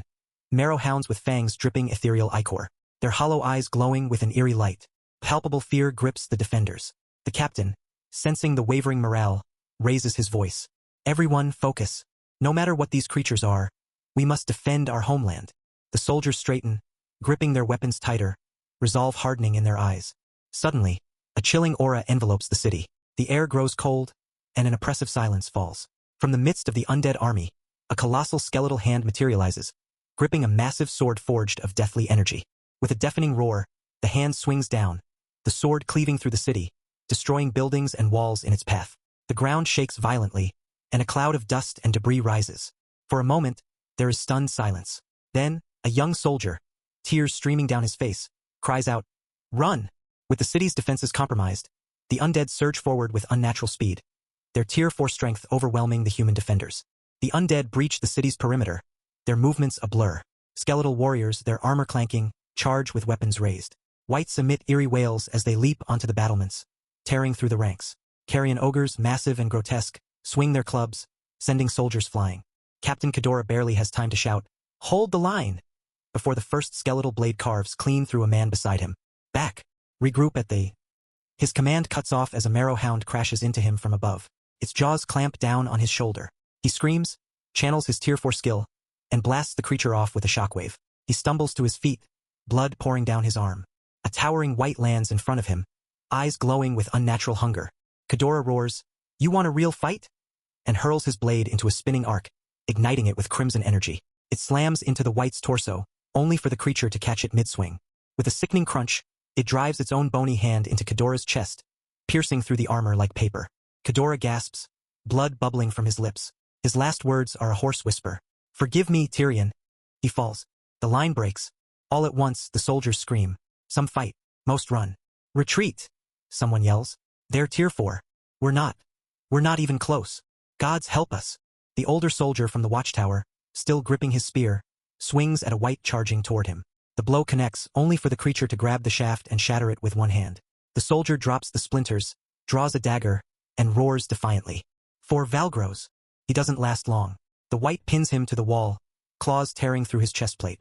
Nearby, Soldier 1 runs, breath ragged. The noise behind him a deafening storm of battle cries and dying screams. A marrow hound clips his leg, and he tumbles to the ground. He turns, stabbing blindly upward, luck granting him one desperate wound across the beast's eye. It yelps and stumbles back, just in time for a carrion ogre's foot to crush the young soldier in a single brutal stomp. Buildings crumble as the undead pour in. Magic flares in the distance. Fireballs, lightning bolts, barriers, but none of it holds for long. Tier 2 and Tier 3 spells break against Tier 4 monstrosities. Mages scream as their protective circles shatter. An archer fires arrow after arrow from a rooftop, until a winged wight tears him from the ledge and drops him screaming into the crowd. Tyrion falls in less than an hour. High above the city, Gorth floats with arms crossed, his massive form like a shadow against the moons. He watches the chaos below with a mixture of awe and amusement. Heh! Unbelievable. Gorth mutters, his tone rich with excitement. This is just 1/5 of Bonepiercer's legion, and still look at them. Below him, the undead continue their relentless advance. Buildings collapse, flames rise, and human screams echo beneath the clash of steel and bone. The air thrums with power, an oppressive, soul-chilling aura that pulses in waves. Gorith narrows his eyes as several skeletals step forward amidst the battlefield. Their hollow chests begin to glow faintly. One by one, they thrust their weapons into the ground and shout in a forgotten tongue. The air twists. Then it happens. With a sudden crack of energy, the earth quakes, and from their backs, spectral limbs begin to materialize. Colossal skeletal arms of pure aura, large enough to crush a wagon with a flick. They raise that phantom limb into the air. The effect is instant. Battleforged, the Legion's signature ability. Even incomplete, even as flickering projections of only a single arm, the pressure it exudes makes the entire city feel like it's bowing. Gorith grins, a jagged smile splitting his craggy face. Oh ho! Now that's what I'm talking about. He spreads his arms wide, his immense body crackling with contained energy. Even just materializing one damn arm, and they turn the battlefield into a slaughterhouse. Hells, I'm getting fired up just watching this. One of the spectral arms slams into a tower where surviving mages are casting in desperation. The structure implodes in an explosion of debris and flame. Screams vanish under the thunderous crash. He floats down slightly, just enough to better watch the aftermath. Tyrion, once proud, now a ruin soaked in blood and ash. His eyes glow brighter. And this is just the beginning. The fires still burn. The screams have faded, now replaced by the groans of the wounded, and the eerie silence that follows only after something is truly broken. Tyrion now lies in ruin. Its spires shattered, its streets choked with debris and blood. Gorith hovers above the central plaza, arms folded, eyes scanning the remnants of resistance. Below, the last pockets of defenders, those too wounded to flee, too exhausted to fight, begin to drop their weapons. One by one, then in clusters. A soldier falls to his knees, sobbing, his sword clattering to the cobblestone. Another throws down her shield and raises trembling hands. "We surrender!" someone shouts hoarsely, and then others echo it. "We surrender! We surrender!" The cry spreads across what remains of Tyrion's defenders, rising above the silence like a desperate chant for mercy. Gorith's glowing eyes narrow. His voice echoes across the battlefield, deep and commanding, carried by unnatural wind. "Bone piercers, don't kill the ones that surrendered." Chapter 151, Master Elstag. The next morning, Pharion City, capital of Valgro's kingdom. Rain lashes against the palace windows, a soft yet relentless drumming that seems to echo the grim mood within the grand war chamber. Magic lamp flicker along the stone walls, their flames dancing as if disturbed by unseen hands. The atmosphere is thick, heavy with dread. King Rewalt sits at the head of the long obsidian table, hands clasped tightly before him. His usually calm, commanding face is pale and tight with tension. A high-ranking scout finishes his report with trembling hands. "And just before dawn, our scryers confirmed it. Tyrion has fallen, Your Majesty. The city was overrun before reinforcements could be dispatched. We believe the entire garrison has been wiped out or taken." Silence settles like a shroud. Rewalt's face twists, his jaw clenched. The sound of his knuckles cracking as he grips the edge of the table breaks the quiet. "Destroyed in a single night," he mutters, barely louder than a whisper. "Over 5,000 soldiers, and it still fell." He turns his head slowly, his gaze falling on the man standing just beside him. "Marshal Tesvin," Rewalt says, his voice sharp with restrained fury. "Any word on Marshal Zinnov? Or my son?" Tesvin, normally composed, unshakable, lowers his head. His armor is still dusted with ash from last night's failed mobilization. "No, Your Majesty," Tesvin says quietly. "There's been no contact from Marshal Zinnov's command. Ashlight City is also in enemy hands." Tesvin hesitates, just for a moment. Then he answers. "The last confirmed report, sire, was that His Highness Asdri encountered a Tier 6 entity in the capital of Ordea. He fought it directly to hold the line." He swallows. "He suffered grave injuries. The surviving healers said his condition remains unknown." The room falls into a terrible silence. King Rewalt lowers his head, eyes shadowed beneath his golden crown. For a moment, the king looks not like a ruler, but a father, stricken by regret. "I shouldn't have let him go to Ordea," he murmurs, his voice thick. "I should have kept him here. It's my fault. I sent him into the jaws of death." Tesvin remains silent, respectful. The weight of the king's guilt is heavy, and there are no words that can lift it. Then Rewalt straightens in his seat. His expression hardens. "We can't lose another city," he says firmly. "Gather every soldier we have left. I don't care if they're stationed along the borders or guarding merchant routes. Pull them back. I want a force assembled, now." Tesvin nods immediately. "As you wish, Your Majesty." Rewalt gestures to a nearby servant, who carries a long, ornate box bound in enchanted steel and crimson leather. The servant steps forward and kneels, presenting the box to Tesvin. Rewalt places a hand on the lid. "Take this." Tesvin's brows knit. "Sire." Rewalt opens the box with a quiet click. Inside lies a magnificent weapon, long and wrapped in golden bindings, pulsing with a dormant power. Arcane etchings glow faintly along the blade's edge, humming with barely contained force. It's the kingdom's treasure, Rewalt says solemnly. A Tier 6 weapon, Lion's Fang. Tesvin stares at it in silence, awe and pressure settling into his chest. You won't be able to draw out its full strength, Rewalt admits. Not yet, but even so, it should be enough to face a peak Tier 5. Tesvin's jaw tightens. He bows low. I will not disappoint you, your majesty. Rewalt adds, take the Golden Lion Legion with you. Tesvin's head snaps up, eyes wide. The Golden Lion? Are you certain, sire? Rewalt nods without hesitation. They're the best we have. 2,000 soldiers, every one of them Tier 4. If we're going to strike back, it has to be with our sharpest blade. Tesvin draws a slow breath, then gives a deep, resolute nod. I'll lead them, sire. We'll hold the line. No more cities will fall. Asdri's eyes flutter, then slowly open, cloudy at first, unfocused. The tent is dim, lit by soft enchantments that float like fireflies. The scent of herbs and blood fills the air. Valia gasps. He's awake. Valia nearly collapses in relief. Her hands tremble as golden light fades from her palms. She's been kneeling by Asdri's side the entire night, her magic flowing nonstop, her face drawn and pale. Oh gods! She whispers, blinking hard. You idiot. You absolute idiot. Asdri blinks slowly, voice a rasp. Valia. I'm sorry. Around them, the others begin to stir. Ingra is sitting against the wall, arm wrapped in frost bandages. Pike's covered in bruises, legs propped up on a broken chair. Famir, quiet as ever, just leans against the window frame, relief softening his usually sharp expression. Looks like our gamble worked. Pike mutters with a crooked smile. You're too stubborn to die, huh? Asdri tries to laugh, only to groan, wincing. Valia immediately presses a glowing hand to his ribs. Hey, easy. You burned out almost everything. Your core, your channels. Even your bones are cracked in 3 places. Worth it, he mutters. Ingra scoffs gently, wiping a tear from the corner of her eye. Says the man who screamed like a banshee halfway through casting. Famir's voice is low, but steady. You did it. That thing's gone. And the city still stands. Pike leans back with a satisfied grunt, his arms behind his head. This is good news. If we tell the folks back on Weldia continent, they probably won't even believe us. Oh yeah, we erased a Tier 6 monster with a combo spell. Ha! They'd think we become crazy.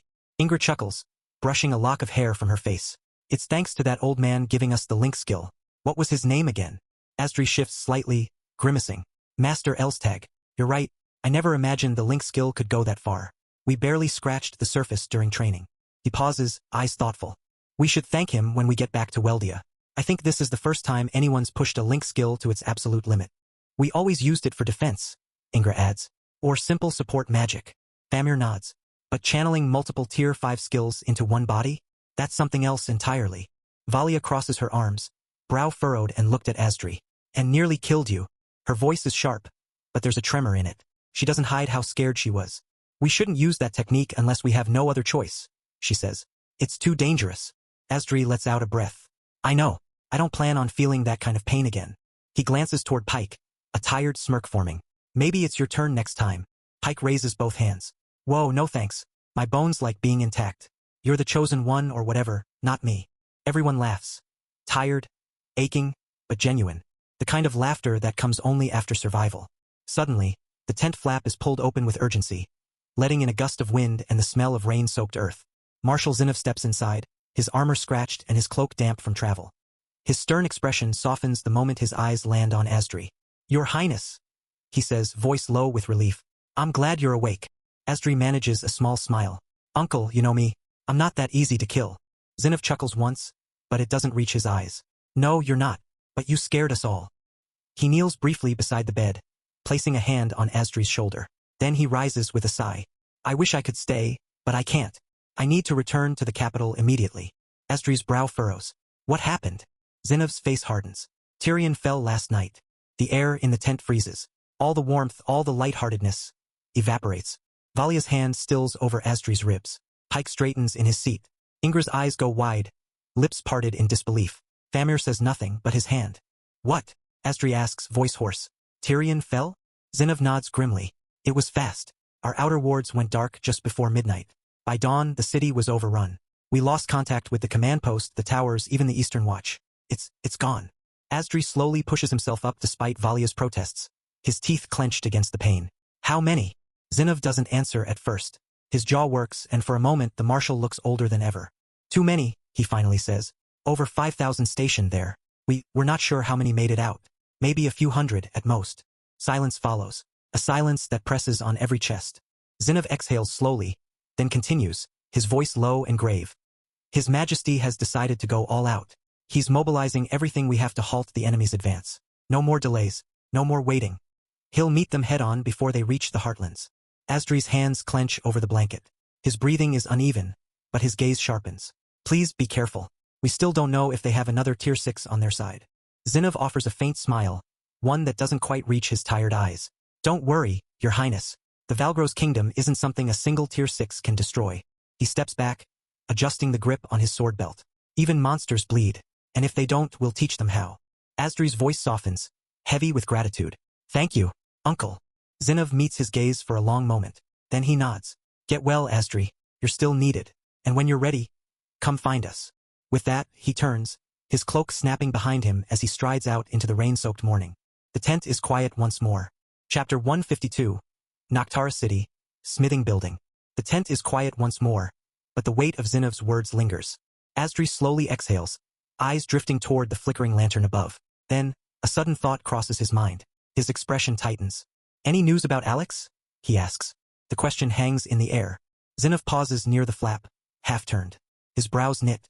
I was about to ask you the same thing. Pike sits up straighter, running a hand through his mess of hair. After the event, he just disappeared. The person we tasked to keep an eye on him? Vanished too. Ingra frowns. Wait, what? Disappeared? You mean literally no trace? Asdri's fingers curl into the blanket. His voice is low but sure. My intuition is always right. That guy, he's not just a Tier 4. Ingra tilts her head, eyeing him. Is that your sixth sense acting up again? Asdri nods slowly.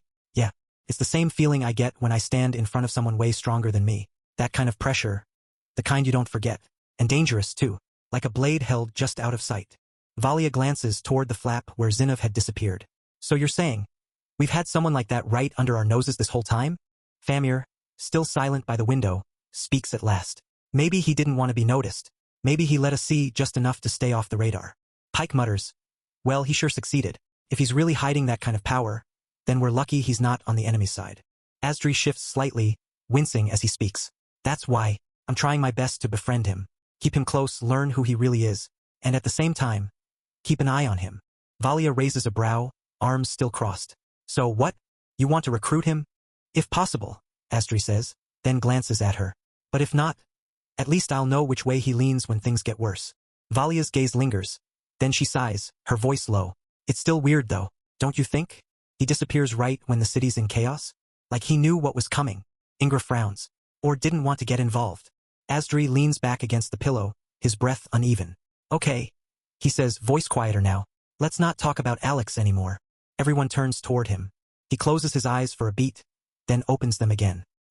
He's not here and we've got enough on our plates as it is.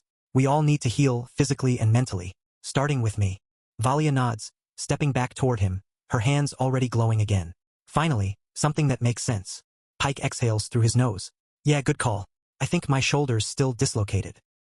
Alex pushes open the heavy stone doors of the smithing building, the low hum of enchantments embedded in the walls resonating faintly in his ears. The interior is massive, cavernous. Its ceiling arched with dark steel support beams that gleam under magical lighting. Rows of advanced forges, smelting chambers, crystal grinders, and gear molds line the walls, most of them idle, untouched, or half disassembled. The air is thick with the smell of molten or an arcane residue. Despite the cutting-edge equipment, most of the workstations are empty.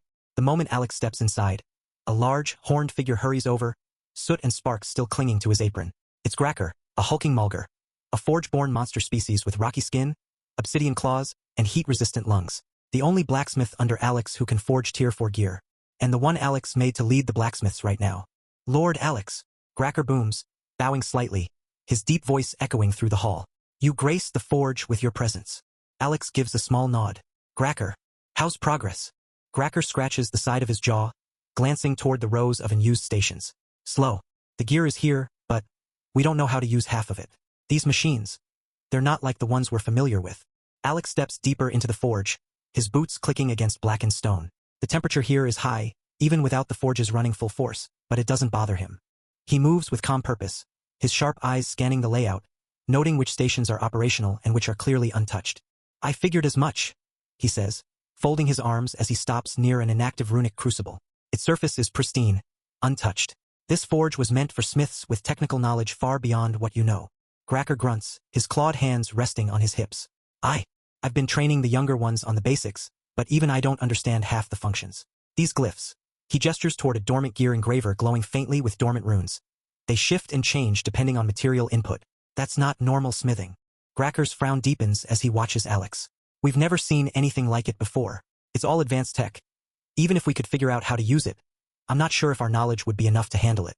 Alex steps closer to the runic crucible, gently running his fingers across the cool surface. These machines are far beyond just brute force, he says.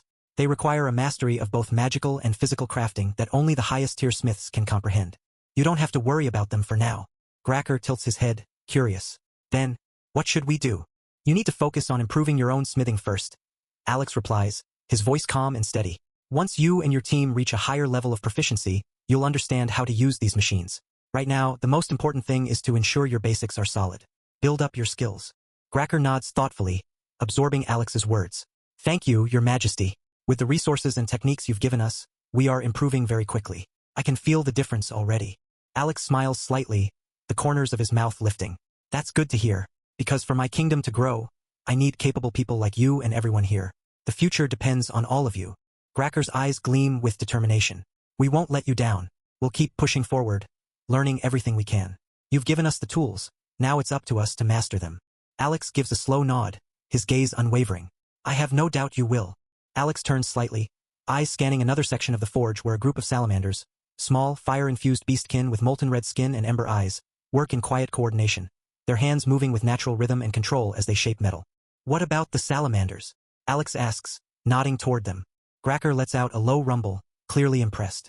They're amazing, Your Majesty. There's one in particular, Zorov. I think his name is, he's catching up to me fast. Alex raises a brow. That fast? Gracker says, arms crossing over his broad chest. It's not just natural talent, either.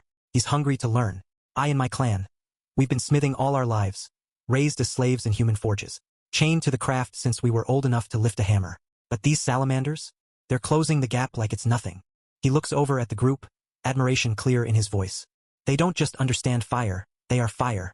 It moves with them, bends to their will. I've seen them temper a blade by instinct alone, no tools. Just heat, focus, and their bare hands. It's almost artistic. Alex follows his gaze, watching as Zorov carefully molds a blade's edge using only a pair of heat-shielded tongs and his breath. Faint flames dancing from his mouth, keeping the metal at the perfect glow. As Alex walks further down the forge aisle, his gaze lingers on a table stacked with failed prototypes, warped blades, cracked cores, and a few broken hilts, each one showing signs of magic rejection or destabilization. He stops beside one and picks up a shattered gauntlet embedded with fragmented runes. The mana lines are burnt out like they overloaded mid-process. What about the technique of fusing skills into equipment? Alex asks, turning the gauntlet over in his hand. Have you had any success yet? Gracker exhales sharply, the sound rough like grinding stone. I've tried everything, Your Majesty. Followed the forging instructions you gave me step by step. Down to the timing, the heat levels, the binding glyphs. But every single attempt, it ends in failure. He gestures toward the scrap pile with a frustrated grunt. Sometimes the item outright rejects the skill. Other times it fuses halfway, just enough to make the whole thing unstable. One pulse of mana, and boom. Feedback surge. Dangerous stuff. Alex studies the gauntlet for a moment longer, then places it back down with care. What about the mana anchors? Did you try layering them with dual-threaded glyphs before applying the skill core? Gracker nods. I did. Even tried interweaving the glyphs with mana veins, just like in your notes. But it's like the skills themselves refuse to settle inside the gear, like they're alive and fighting back. There's a brief silence between them, the distant clink of hammers echoing through the massive forge. Skill fusion isn't something that should be possible with brute methods. Alex murmurs half to himself. It's not just about binding magic to metal. It's about synchronization, will, purpose, alignment. Gracker tilts his head. You mean the equipment and the skill need to agree with each other? In a way, yes. Alex replies, his tone thoughtful. The item has to be prepared to accept a skill, and the skill has to be channeled, not forced. There's a reason only a handful of blacksmiths in the world ever managed it. Chapter 153, Obsidian Pendant. Alex continues his inspection of the forge, his gaze sharp and discerning. He walks past rows of workstations, noting the progress and challenges faced by his blacksmiths. His attention is drawn to a young salamander, Zorov. Approaching Zorov, Alex observes the young blacksmith's technique. Zorov, engrossed in his work, senses the presence and looks up, his eyes widening in surprise. Your control over the flame is impressive, Zorov. Alex remarks, his tone measured yet appreciative. Zorov's face lights up with pride. Thank you, Your Majesty. I've been practicing, trying to master the techniques Gracker taught us. Alex nods. Your dedication is evident. Continue honing your skills. Your potential is significant. Zorov bows respectfully, his enthusiasm palpable. I won't let you down, my lord. Satisfied with the progress, Alex turns and makes his way back to the palace. Alex strides through the grand corridors of the palace, the rhythmic echo of his boots a familiar cadence against the polished stone floors. The air is cooler here, a stark contrast to the forge's intense heat. He ascends the spiral staircase leading to his working chambers, the weight of leadership pressing upon his shoulders. Upon entering his working chamber, the scent of parchment and ink greets him. Sunlight filters through the tall windows, casting a warm glow over the room. On his desk, a stack of reports awaits, neatly arranged by his aides. He approaches, his eyes scanning the topmost document. Breaking the seal, he unfolds the report, his gaze sharpening as he reads. The war with Ordea progresses. Our forces continue their advance, meeting minimal resistance. The Bonepiercer's legion from Varkas has ceased its movements. No reinforcements have been requested. Alex's brow furrows slightly, a contemplative expression settling on his face. He sets the report down, leaning back in his chair, fingers steepled beneath his chin. So, Varkas has chosen to withdraw its support from Ordea. He muses aloud, the words hanging in the quiet room. This development simplifies our strategy. Without their aid, Ordea stands vulnerable. He rises, moving to the window, gazing out over the city below. The sun casts long shadows, signaling the approach of evening. A sense of resolve settles over him.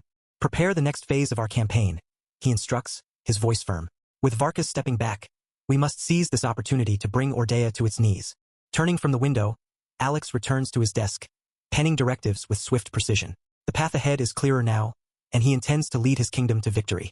In the heart of the recently conquered city, the command room is dimly lit, its walls adorned with maps and tactical charts. General Varkas stands at the head of the table.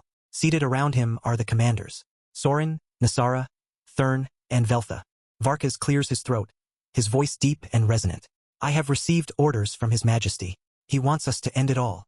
Sorin leans forward. General, does that mean we're to attack Ordea's capital? Varkas nods solemnly. Yes, the time has come to strike at the heart of Ordea. Nasara, whose chitinous limbs glint in the dim light, interjects. But can we do it? Ordea has a heritage spanning thousands of years. Surely they have hidden defenses. Varkas offers a reassuring smile. Do not worry. His Majesty has provided me with specialized items for various scenarios. We are prepared. Sorin's eyes sparkle with admiration. As expected of His Majesty, he has calculated every possible outcome. Varkas concludes, prepare your units. We move at dawn. The morning sun casts a golden hue over the spires of Ordea's capital, its light filtering through the grand windows of the royal palace. Queen Seraphina stands on a marble balcony overlooking the city, her posture regal yet contemplative. The streets below bustle with activity, but a palpable tension hangs in the air. Behind her, Medrin awaits her command. His armor gleams softly in the sunlight, but his expression is shadowed by concern. Medrin, Seraphina begins, her voice steady. What do you make of Valgros's silence? They leave us isolated while the enemy encroaches upon us slowly. Medrin steps forward, his tone measured. Your Majesty, if the roles were reversed, would we act differently? In the face of overwhelming odds, alliances often falter. A soft chuckle escapes Seraphina's lips. You're right. It's a bitter truth, but one we must accept. Medrin observes the queen, recalling the skepticism that surrounded her ascension. As the first woman to rule Ordea, many predicted the kingdom's decline. Yet under her leadership, prosperity flourished. His respect for her has only deepened over time. Turning to face him, Seraphina's eyes blaze with determination. We will not surrender. We will fight to the last. Will you stand with me, Medrin? Without hesitation, Medrin kneels, his voice resolute. With my life, Your Majesty.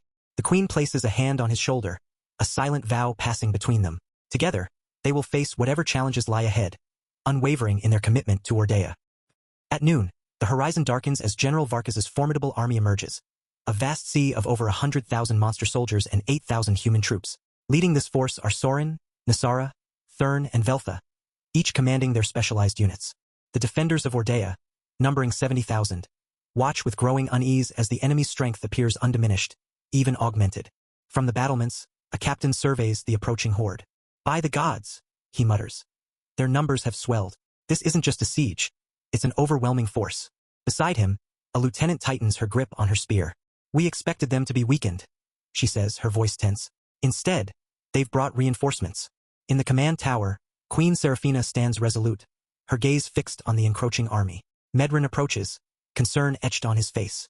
Your Majesty, their numbers are vast. Our scouts report no signs of fatigue or depletion among their ranks. Seraphina turns to him, her expression unwavering. Then we must be the wall that holds firm, she declares. Ordea's spirit is not measured by numbers but by our resolve. Medrin bows deeply. The barrier envelopes the capital, shimmering with an ethereal glow as it stretches over the city. Medrin's eyes narrow, focusing on the unfamiliar weapon among the enemy ranks. A massive cannon pulsating with arcane energy. Above, General Varkas floats effortlessly, his voice booming across the battlefield. Humans, as is my custom before an assault, I offer you a choice. Surrender. A tense silence falls over the defenders. Medrin steps forward, his voice cutting through the stillness. We will not yield.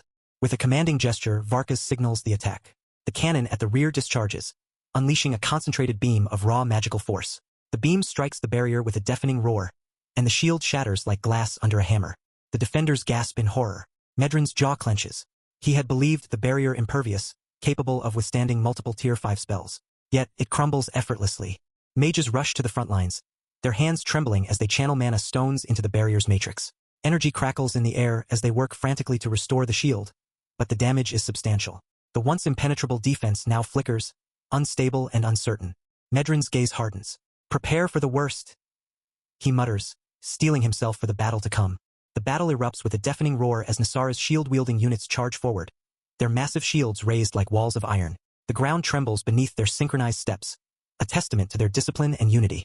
Each shield is not merely a defensive tool but a weapon of destruction, capable of crushing foes with brutal efficiency. The cannon fires again, its colossal barrel glowing with arcane energy. A blinding beam of magical force erupts from the cannon, striking the city's gate with a thunderous impact.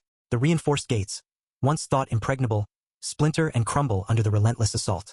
Debris rains down as the once mighty barrier falls, leaving the city vulnerable. Medrin watches in horror as the gate collapses. His heart sinks. The city's defenses are failing. He turns to the mages at his side, urgency in his voice. We need to reinforce the barrier now. Channel all available mana into it. The mages nod, fear evident in their eyes as they begin the arduous task of rebuilding the shield. Their hands tremble as they draw upon mana stones, their energy flickering like dying embers. The barrier shimmers weakly, a mere shadow of its former strength. Meanwhile, Nasara's forces hold the front line. The ground becomes a chaotic as shields clash and spells and arrows rain down. Nasara herself leads the charge, her arachnid limbs moving with terrifying speed and precision. Push forward. Her units follow her command without hesitation, their shields forming an impenetrable wall as they advance. Despite the human soldiers' efforts, the cannon continues its relentless barrage. Another blast shakes the ground as the cannon fires again, this time targeting the city's walls. The impact sends shockwaves through the defenders, knocking several off their feet. The once sturdy walls begin to crack and crumble under the sustained assault.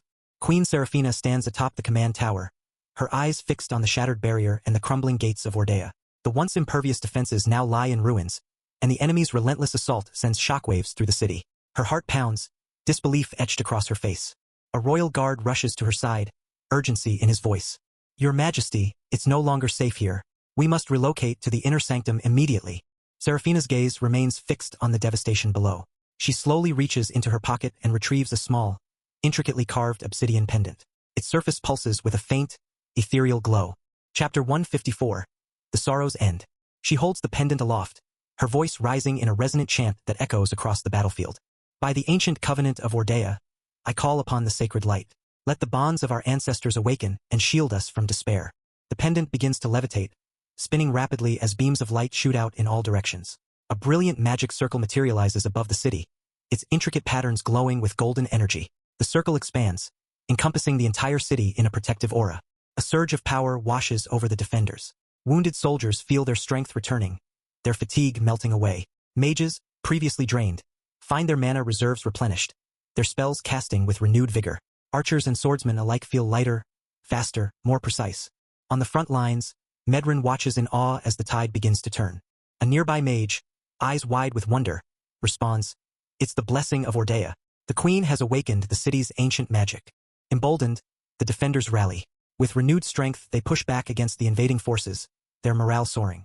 The once dim hope of victory now burns brightly in their hearts. Above it all, Queen Seraphina stands resolute, her eyes reflecting the golden glow of the magic circle. Her voice carries across the battlefield. Ordea will not fall. We stand united, our spirits unbroken. Fight, my people, for our home, for our future. General Varkas hovers above the battlefield. His crimson eyes gleam with amusement as he observes the defenders of Ordea rallying with newfound vigor.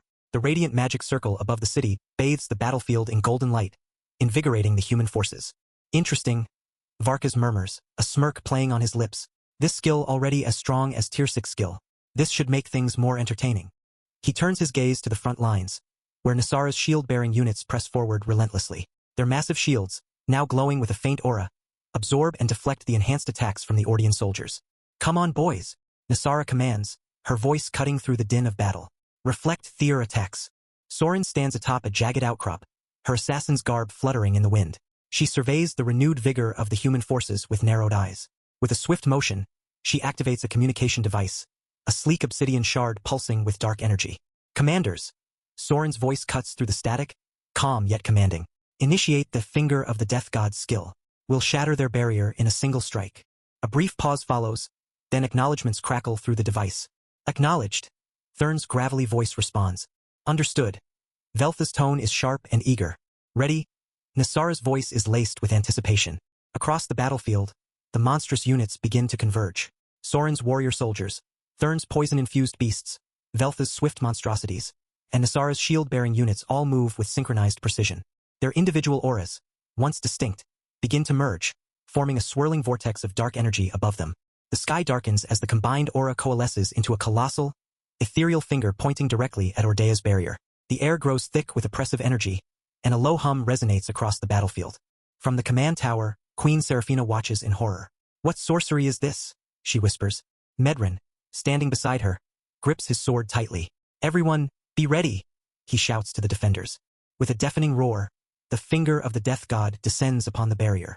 The protective shield shatters instantly, fragments of magical energy scattering like glass. The force of the blast sends shockwaves through the city, toppling structures and throwing soldiers off their feet. As the dust settles, Sorin's voice echoes once more through the communication device. Advance. Leave none standing. The battlefield erupts into chaos as the monster's horde surges forward, their war cries blending into a cacophony of fury. The defenders of Ordea, invigorated by the blessing of Ordea, stand their ground, their resolve unshaken. The clash is immediate and brutal. Nasara's shield-bearing monsters lead the charge, their massive forms crashing into the front lines like battering rams. Their shields absorb and deflect the enhanced attacks from the Ordean soldiers. Behind them, Thurn's poison-infused monsters slither and lurch, their venomous fangs seeking any opening in the human defenses. Veltha's swift monstrosities dart through the chaos, their movements a blur as they exploit gaps in the lines, sowing confusion and panic. Sorin's warrior soldiers, disciplined and relentless, press the attack with their skills, their blades flashing in the sunlight. The defenders respond with equal ferocity. Archers release volleys of arrows, mages unleash torrents of fire and ice, and swordsmen meet the onslaught head-on. The air is thick with the scent of blood and smoke, the ground slick with the fallen. Amidst the turmoil, Queen Seraphina stands atop the command tower, her voice carrying across the battlefield. Hold the line. For Ordea. Her words galvanize the defenders, their spirits bolstered by her unwavering presence. They fight not just for survival, but for their home, their families, their future. The battlefield is a maelstrom of chaos and fury. Amidst the clamor, Varkas, his lycanthropic form towering and menacing, floats closer to the command tower where Medrin stands. Human, Varkas growls, his voice a guttural snarl. Don't you feel bored just watching the battle? Medrin meets his gaze, eyes blazing with determination. Of course I am bored, he retorts, gripping his flaming sword tightly. I will kill you and end this battle right away. With a roar, Varkas lunges forward, claws extended. Medrin responds instantly, invoking his Tier 4 fire skill. Inferno Blade. His sword erupts in flames, the heat distorting the air around it. Their clash is explosive. Varkas's claws meet Medrin's flaming blade, sparks and embers flying. The force of their collision sends shockwaves through the battlefield. Varkas snarls, his claws slashing in rapid succession. Medrin parries deftly, each block sending bursts of flame into the air. He counters with a sweeping arc of his sword, flames trailing in its wake. Varkas leaps back, then charges again with a feral howl. Medrin braces himself, channeling his energy. Flame Wall. A barrier of fire erupts between them, forcing Varkas to halt his advance. Undeterred, Varkas circles around, seeking an opening. Medrin watches him closely, sweat mingling with soot on his brow. Not bad, human, Varkas admits, a twisted grin on his face. With a guttural roar, Varkas activates his Tier 4 skill, Savage Onslaught. His form blurs as he lunges at Medrin with a flurry of claw strikes, each blow carrying the weight of his monstrous strength. Medrin meets the assault head-on, his tier 4 skill, igniting his sword in blazing flames. He parries and counters, each clash sending sparks and embers flying. Seizing an opening, Medrin channels his energy into a powerful thrust, his sword engulfed in fire. The attack connects, sending Varkas skidding backward. Varkas snarls, blood trickling from a wound. I guess unless I go all out, I won't be able to defeat you, he concedes. He taps into his tier 5 bloodline skill. A crimson aura envelopes him, his muscles bulging as his power surges. His eyes glow with a feral light. Now, feel the true might of a lycanthrope, Varkas declares. He follows up with his ordinary tier 5 skill, Predator's Fury, further enhancing his speed and strength. In a blur, he's upon Medrin, launching a relentless barrage of attacks. Medrin struggles to keep up, his armor absorbing the brunt of the blows. He grits his teeth, focusing his energy. I won't let you win, he vows. With a surge of power, he activates his strongest tier 5 skill, Phoenix Rebirth. Flames engulf him, healing his wounds and boosting his abilities. He meets Varkas's assault with renewed vigor, their battle lighting up the battlefield. The clash of fire and fury continues, each warrior pushing the other to their limits. Queen Seraphina stands atop the command tower, her gaze fixed on the battlefield below. Despite the blessing of Ordea empowering her soldiers, the tide of battle remains uncertain. She murmurs to herself, even with the buff skill, my soldiers are still struggling. Reaching into her robes, she retrieves a communication crystal, its surface shimmering with arcane energy. She speaks into it, her voice steady but urgent. Commander, deploy the adventurers now. It's time for the surprise attack. A moment of static follows, then a voice crackles through, strained and panicked. Your Majesty, we are under attack. 1,000 assassins have ambushed us from behind. They're overwhelming us. Seraphina's eyes widen in shock. The shadows of the monsters, elite units known for their stealth and lethality, were supposed to be elsewhere. She clenches her fists, the crystal trembling in her grasp. Hold your ground, Commander. Reinforcements will be dispatched immediately, she commands, her voice resolute. Turning to her aides, she orders, send a detachment to support the adventurers. We cannot afford to lose them. As the aides rush to carry out her orders, Seraphina gazes out over the battlefield, the weight of the unfolding chaos pressing heavily upon her. Her mind drifts to the ornate box secured within the inner sanctum of the tower. Inside lies an artifact of immense power, a relic whose origin she doesn't know, nor how the first king of Ordea came to possess it. She has always known of its existence, a last resort meant only for the direst of circumstances. She whispers to herself, the Sorrow's End, a fitting name. The artifact's power is unparalleled, capable of annihilating entire armies with a single invocation. But its reach is indiscriminate. If unleashed, it would not only obliterate the enemy but also her own forces, the city, and perhaps even the land itself. Chapter 155. The End of Ordea Kingdom. As the battle rages on, the defenders' lines begin to falter. The monsters press their advantage, their relentless assault driving the defenders back. The air is thick with the scent of blood and smoke, the ground slick with the fallen. Seraphina's hand hovers over the communication crystal. She hesitates, torn between her duty to protect her people and the devastating consequences of using the artifact. Your Majesty, an old mage calls out, urgency in his voice. The eastern wall has been breached. We can't hold them much longer. Seraphina's eyes narrow, resolve hardening. She grips the crystal tightly, her voice steady. Prepare the artifact, she commands, but do not activate it until I give the order. The old mage nods, rushing to carry out her command. Seraphina turns back to the battlefield, her heart heavy with the weight of the decision before her. May the gods forgive me, she whispers. The battlefield trembles beneath the fury of clashing titans. Medrin, his armor scorched and battered, stands firm, his flaming sword gripped tightly. Across from him, Varkas, now fully transformed into his monstrous lycanthropic form, grins with savage delight. Come, human, show me your strongest. I'll take it head on, and then I'll tear you apart. Medrin's eyes narrow, determination etched into every line of his face.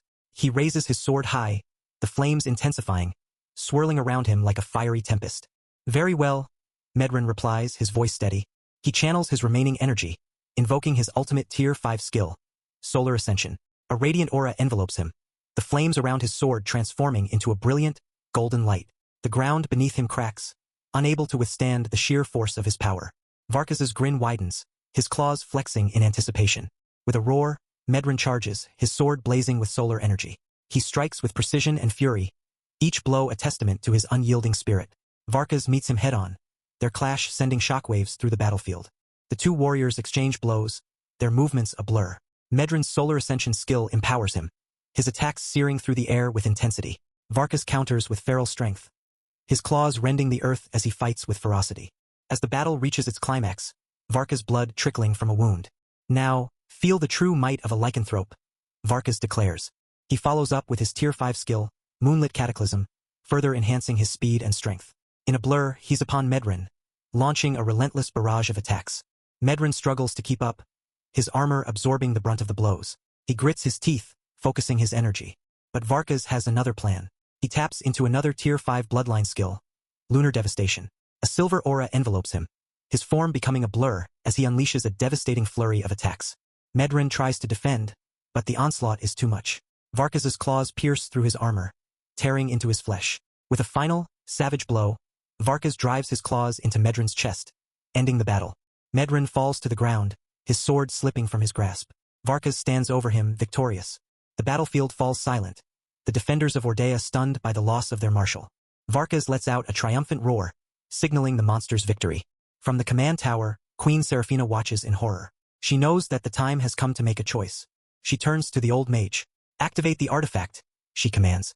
Suddenly, a deafening hum fills the air.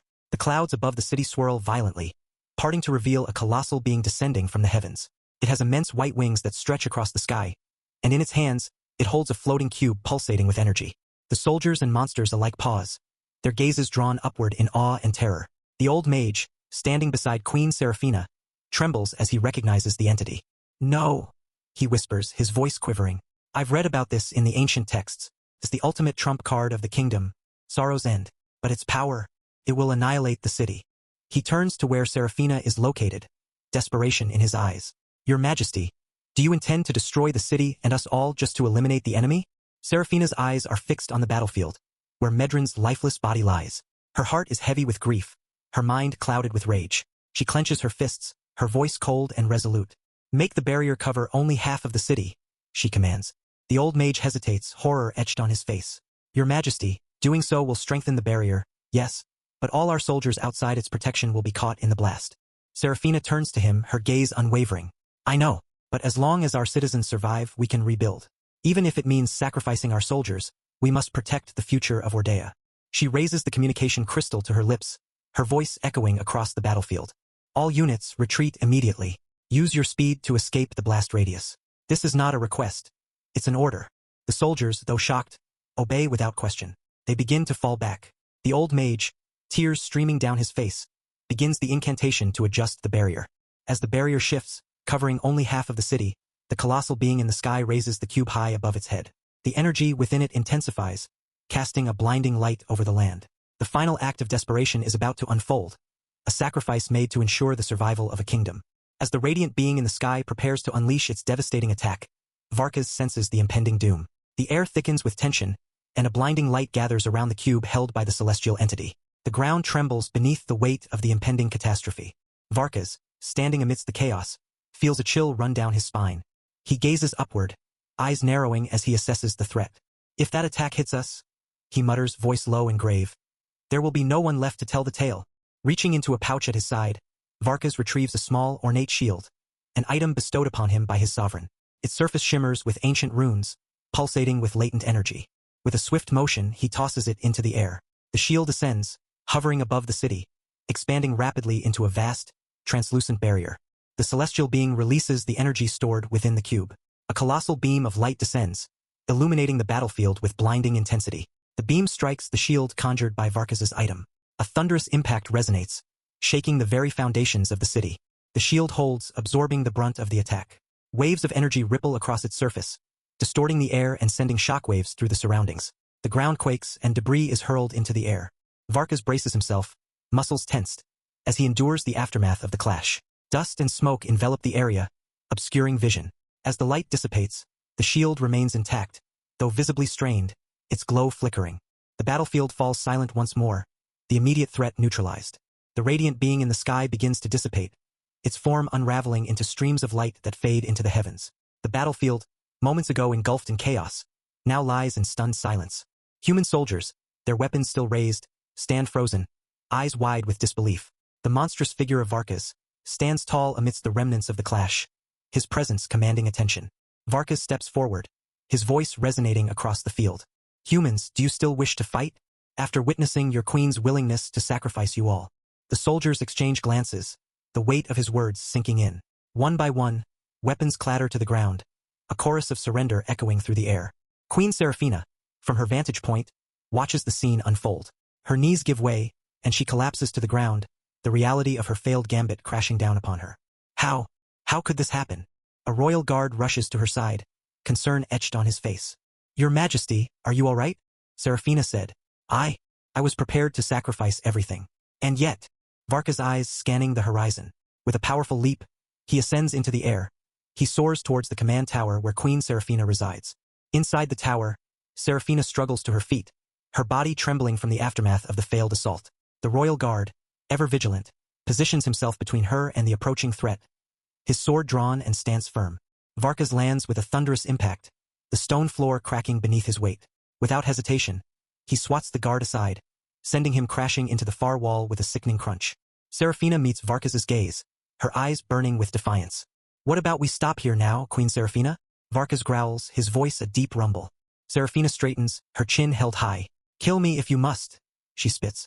I would rather die than serve your filthy king. Varkas' eyes narrow, his expression darkening. You dare insult my king? He snarls. You have sealed your fate. Seraphina, though trembling, meets his gaze with unwavering defiance. Do it, she says, her voice steady. I will not beg. I will not kneel. Varkas narrows his eyes, a growl rumbling from his throat. Your pride is admirable. With a swift motion, he raises his clawed hand. Seraphina closes her eyes, a single tear escaping down her cheek. Smart history. The claw descends. Moments later, Varkas emerges from the tower, holding Seraphina's severed head aloft. Blood drips from his claws, staining the stone beneath him. Behold! He roars, his voice echoing across the battlefield. The reign of Ordea ends today. Let this be a lesson to all who defy the might of our king. Chapter 156. Gander, the Curse Mage. The scent of incense lingers in the air, mixing with the sweet aroma of wine. Silk drapes flutter softly in the dim glow of lanterns, casting golden light across the king's vast private chamber. King Rewalt reclines on a mountain of velvet cushions, his tunic half undone, the glint of sweat on his chest betraying the weight of his recent frustrations. His fingers lazily trace the curve of the woman straddling his lap, one of his favorite concubines, a raven-haired beauty. She leans into him, her lips trailing across his throat, her voice a soft purr. Let me take the burden from your mind, my king, just for a while. His hand tightens around her hip. You always know exactly when I need you, he murmurs, voice low, worn with exhaustion. These damned monsters. Endless reports, council squabbles. Even the wine doesn't taste like it used to. She chuckles, arching her back as her hands slip behind his neck. Then let me be your escape. Her movements are slow and teasing, her eyes fixed on him as she sways gently. The sounds of pleasure and whispered promises fill the chamber, muffled only by the silk canopy above the bed. Rewalt groans, tension melting from his shoulders as he sinks deeper into the moment. For once, the weight of his crown doesn't feel quite so crushing. Then a knock. Sharp. Urgent. The king's brow furrows. Again. Your Majesty. An emergency report. It cannot wait. Comes a voice from the other side of the heavy oak door. Rewalt growls under his breath. Now?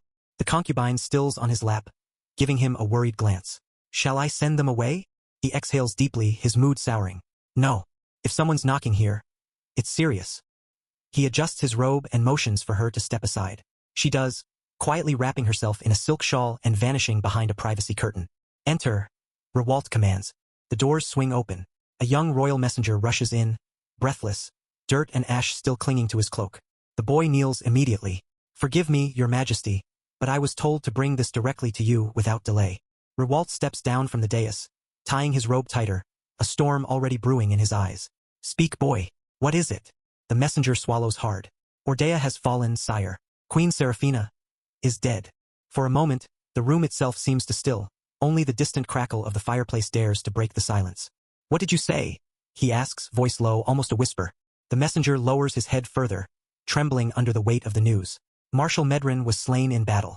The queen activated their final weapon, but it was nullified. The monsters have taken the capital.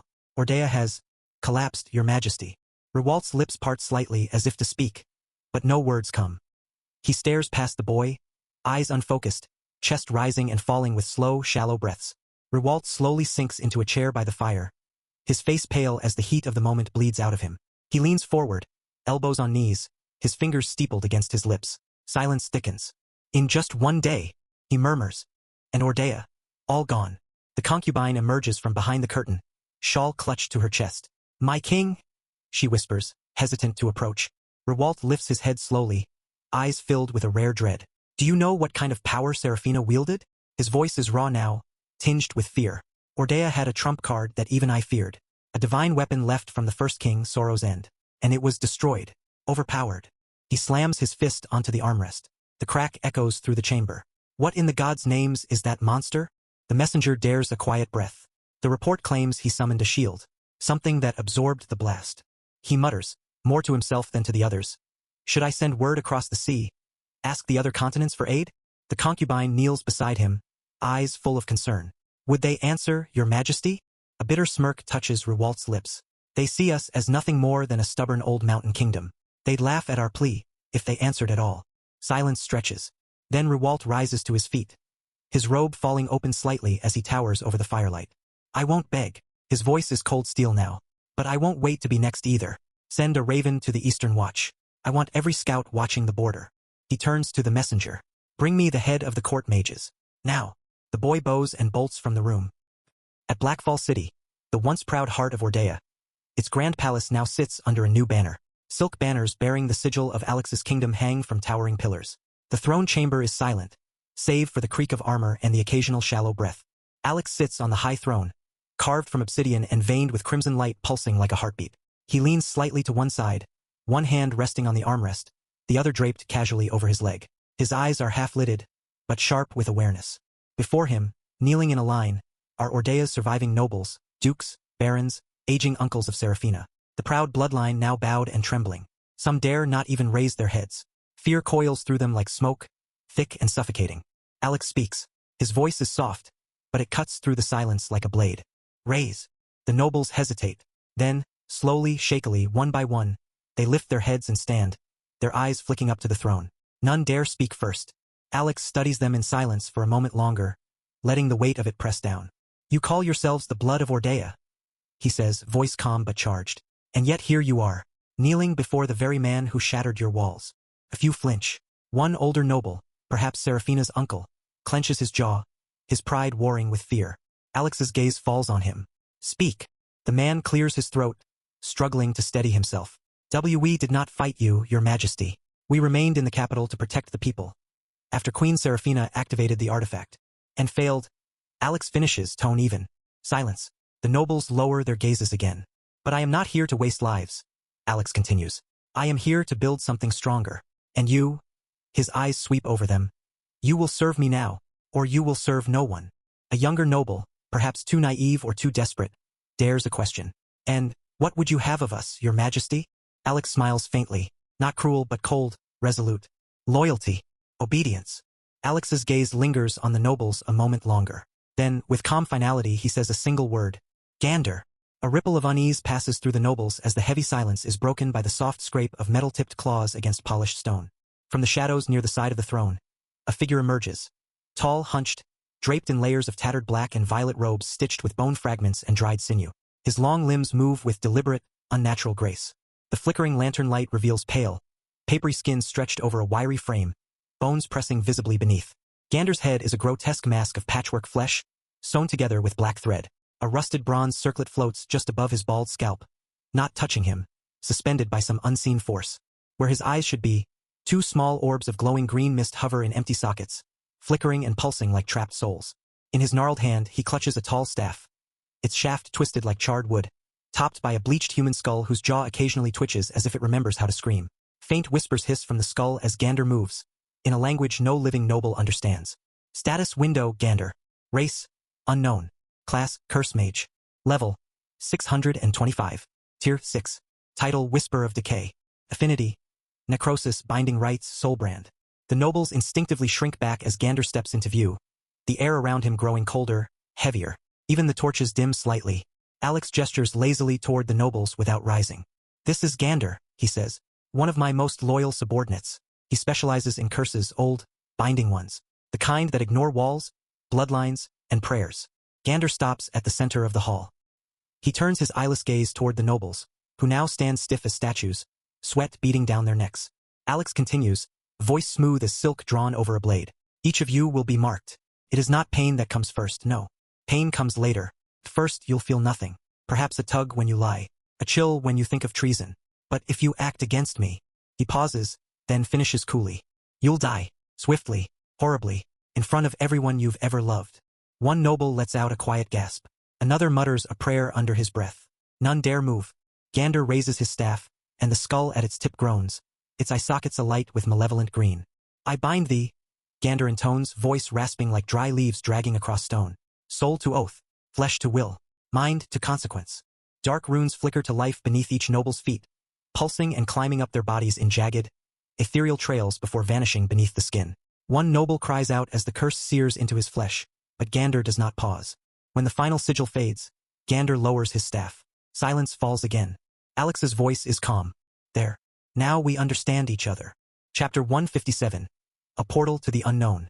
Alex lets the silence stretch for a moment longer, eyes narrowing slightly as he watches the nobles shift, unsettled beneath their invisible brands. Then, without looking at them again, he speaks. You're dismissed. The nobles nearly trip over themselves in their rush to bow and back away, the polished floor echoing with nervous footsteps. None speak. None look back. As the heavy chamber doors groan shut behind them, sealing their fate under the cursed mage's watch, Alex finally turns his head. Come with me, he says quietly to Gander. The cursed mage inclines his head, the motion eerily smooth, like a marionette guided by invisible strings. He follows as Alex rises from the obsidian throne and strides down the black marble steps, his dark cloak trailing behind him like a shadow laced with embers. They walk through the newly claimed palace, its grandeur now twisted by Alex's presence. Once golden banners have been torn down and replaced with black silk marked with the sigil of his rule, an open eye wreathed in thorns. The air still smells faintly of scorched stone and death, remnants of the battle that shattered the capital just yesterday. As they pass through a long corridor, the massive vault doors at the end loom into view. Torn open by Alex earlier in the day, their enchanted locks broken like brittle bone under his power. They step inside the royal treasury. I got nearly 50 million, Alex murmurs to himself. And yet, he glances over his shoulder. 30 million was the price to bring Gander back, he thought, and Gander who remains still, his green eye flames flickering faintly. Alex's thoughts drift backward just a few hours ago. Alex raises a hand. The system's interface hovers beside him, awaiting the final input. Revive named subordinate, Gander. Level, 625. Tier, 6 Curse Mage. Cost, 30 million gold coins. Proceed? He doesn't hesitate. Proceed. Then a scream. Not from Gander but from the space around them. Space bends inward as the soul merges with the ritual. Flesh growing from air. Bones knitting from ash. Smoke and thread stitch his body together. Eye flames returning with a snap of cursed wind. And just like that, he stands again. Now, back in the present. Back in the silent vault where the gold no longer gleams quite as brightly. Alex turns his gaze toward the far wall. Come, he says quietly to Gander, already striding forward. At first glance, the wall appears unremarkable. Smooth obsidian like the rest of the chamber, unbroken by door or handle. But Alex knows better. He found it earlier. A faint draft in a room that shouldn't breathe. A subtle distortion in mana that whispered of secrets sealed behind stone. He hadn't had time to open it then. But now, they stop before the section of wall that seems just a little too perfect. Alex lifts his hand, brushing his fingers against the cold surface. Here, he says. It's masked, illusory layering over enchanted stone. Someone went to great lengths to keep this hidden. Gander steps forward, his long fingers trailing over the wall with delicate precision. His eye flames narrow slightly. Fascinating. He murmurs, voice low and rasping. This isn't just a physical barrier. It's warded with threading seals and displacement loops. Tier 6, almost. Alex raises an eyebrow. Someone didn't want this door touched. Gander's fingers stop near the center of the wall. He leans in, closer than most would dare to get, inhaling deeply through nostrils that are little more than carved slits beneath a web of scarred, sewn flesh. Only by those with the blood can open it. He says slowly, the words slithering off his tongue like oil. Alex frowns, crossing his arms. Royal bloodline, then? Gander nods, his eye flames flickering with interest. Yes, and not simply by presence. It requires intent, ritual knowledge. This door doesn't open by blood alone. It opens by memory, specific words passed down through generations. A command only the true heirs of Ordea would know. Alex clicks his tongue. So, it will be hard to open this. For most, yes. Gander steps back, his staff tapping lightly against the floor. But this is a lock, Your Majesty, and locks can be broken. Alex gives him a look, somewhere between amused and expectant. Show me. The cursed mage's jaw creaks as it opens in a grin too wide for his face. With pleasure. He plants the staff firmly in front of the door, then raises both hands. The air thickens immediately, as if the very stone begins to resist him. The enchantments flare, glyphs spiraling across the surface in violent protest. The wall doesn't want to be opened. Gander's voice cuts through the pressure. By the unseen strings, by bone and curse, I unweave thee. Runes spring into the air, tangled and writhing, pulled from the locks themselves. The wall groans, not physically, but spiritually, a sound that resonates deep in the chest. By rot of oath and crumbling line, reveal thy truth to not thy kind, but mine. One by one, the seals flicker, then scream. There is no other word for it. The sound is raw, hollow, ancient. The sigils twist violently before shattering like glass. Black smoke bleeds from the cracks, and the obsidian door trembles, no longer hiding its existence, but pleading not to be touched. Final layer, Gander says, voice strained now. It's anchored to the soul of the founder. They used a soulbrand key. Brilliant. Alex speaks coldly. Then kill it. Gander slams his staff to the ground, sending a jolt of cursed energy through the floor. The skull at the top lets out a low, warbling groan, and then, with a flash of green fire and a snap of unraveling spirit twine, the final enchantment shatters. The door howls. The wall pulls itself apart, not sliding or swinging, but disintegrating layer by layer, revealing a dark tunnel descending deeper into the stone. Cold, ancient air rushes out, tasting of old blood and extinguished names. Alex steps forward, peering down into the black. Alex doesn't pause. He walks into the darkness, boots thudding softly against ancient stone.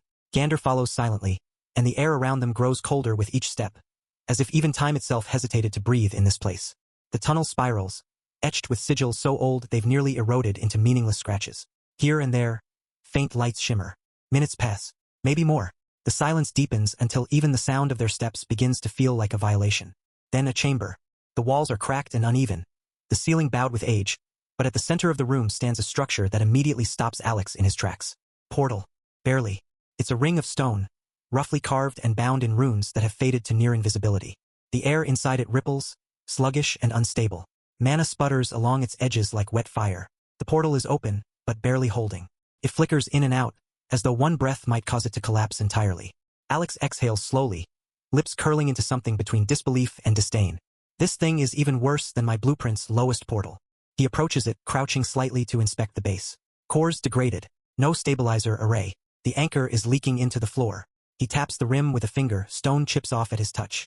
How is this thing even still active? Gander tilts his head, the green flames of his eyes flaring slightly as he surveys the ancient gateway. It's not active in the traditional sense, he murmurs.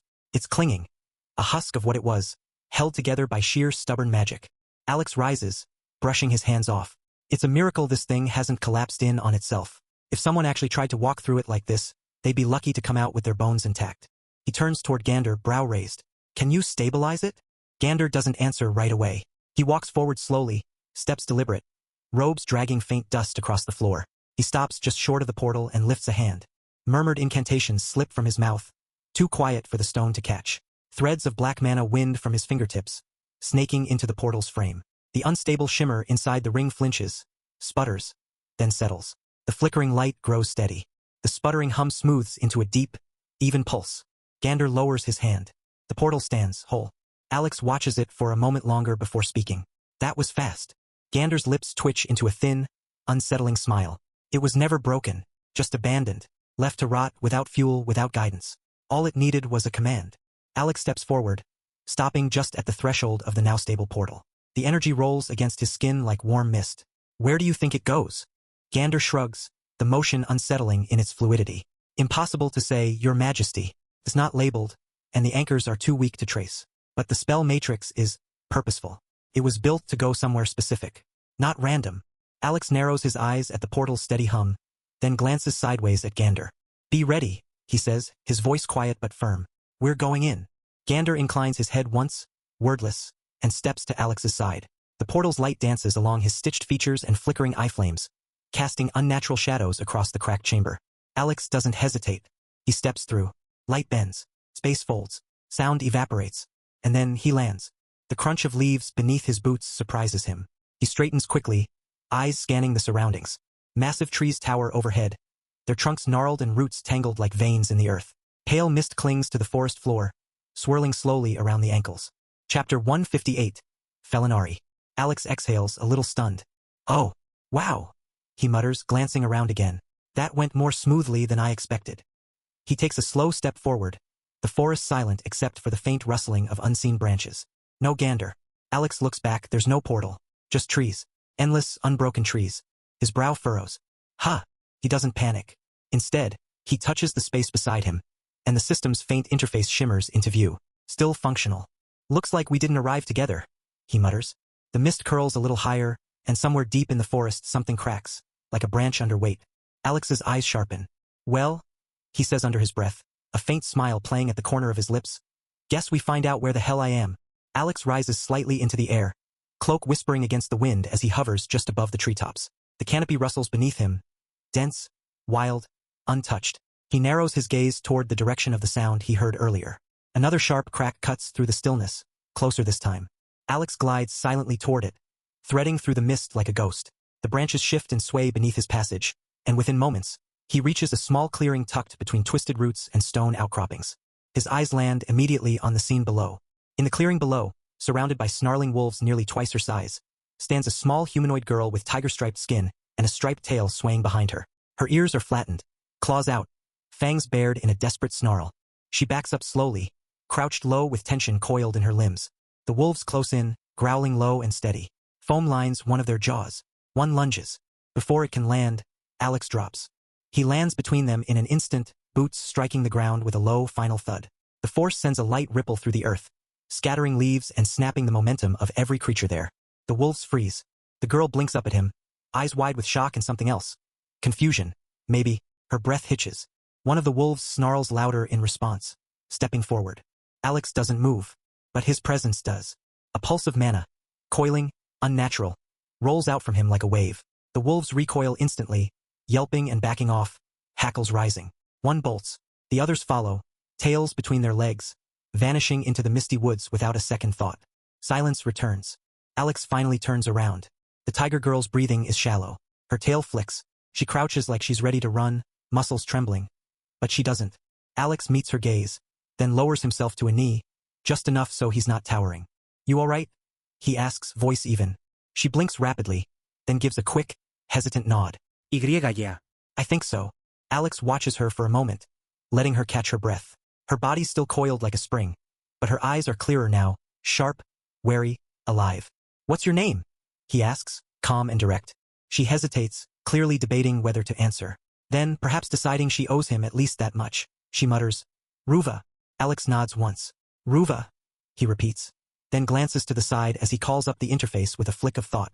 The translucent screen flickers into view, shimmering just out of Ruva's line of sight.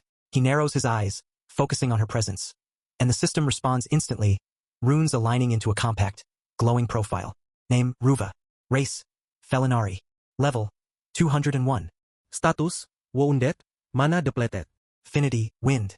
Alex tilts his head slightly as he reads the display, a flicker of interest lighting behind his eyes. Tier 2 already, he thinks. And that young. Interesting. He lets the interface fade and turns his full attention back to her. Her small hands are clenched at her sides, but she's not shaking anymore, just watching him guarded.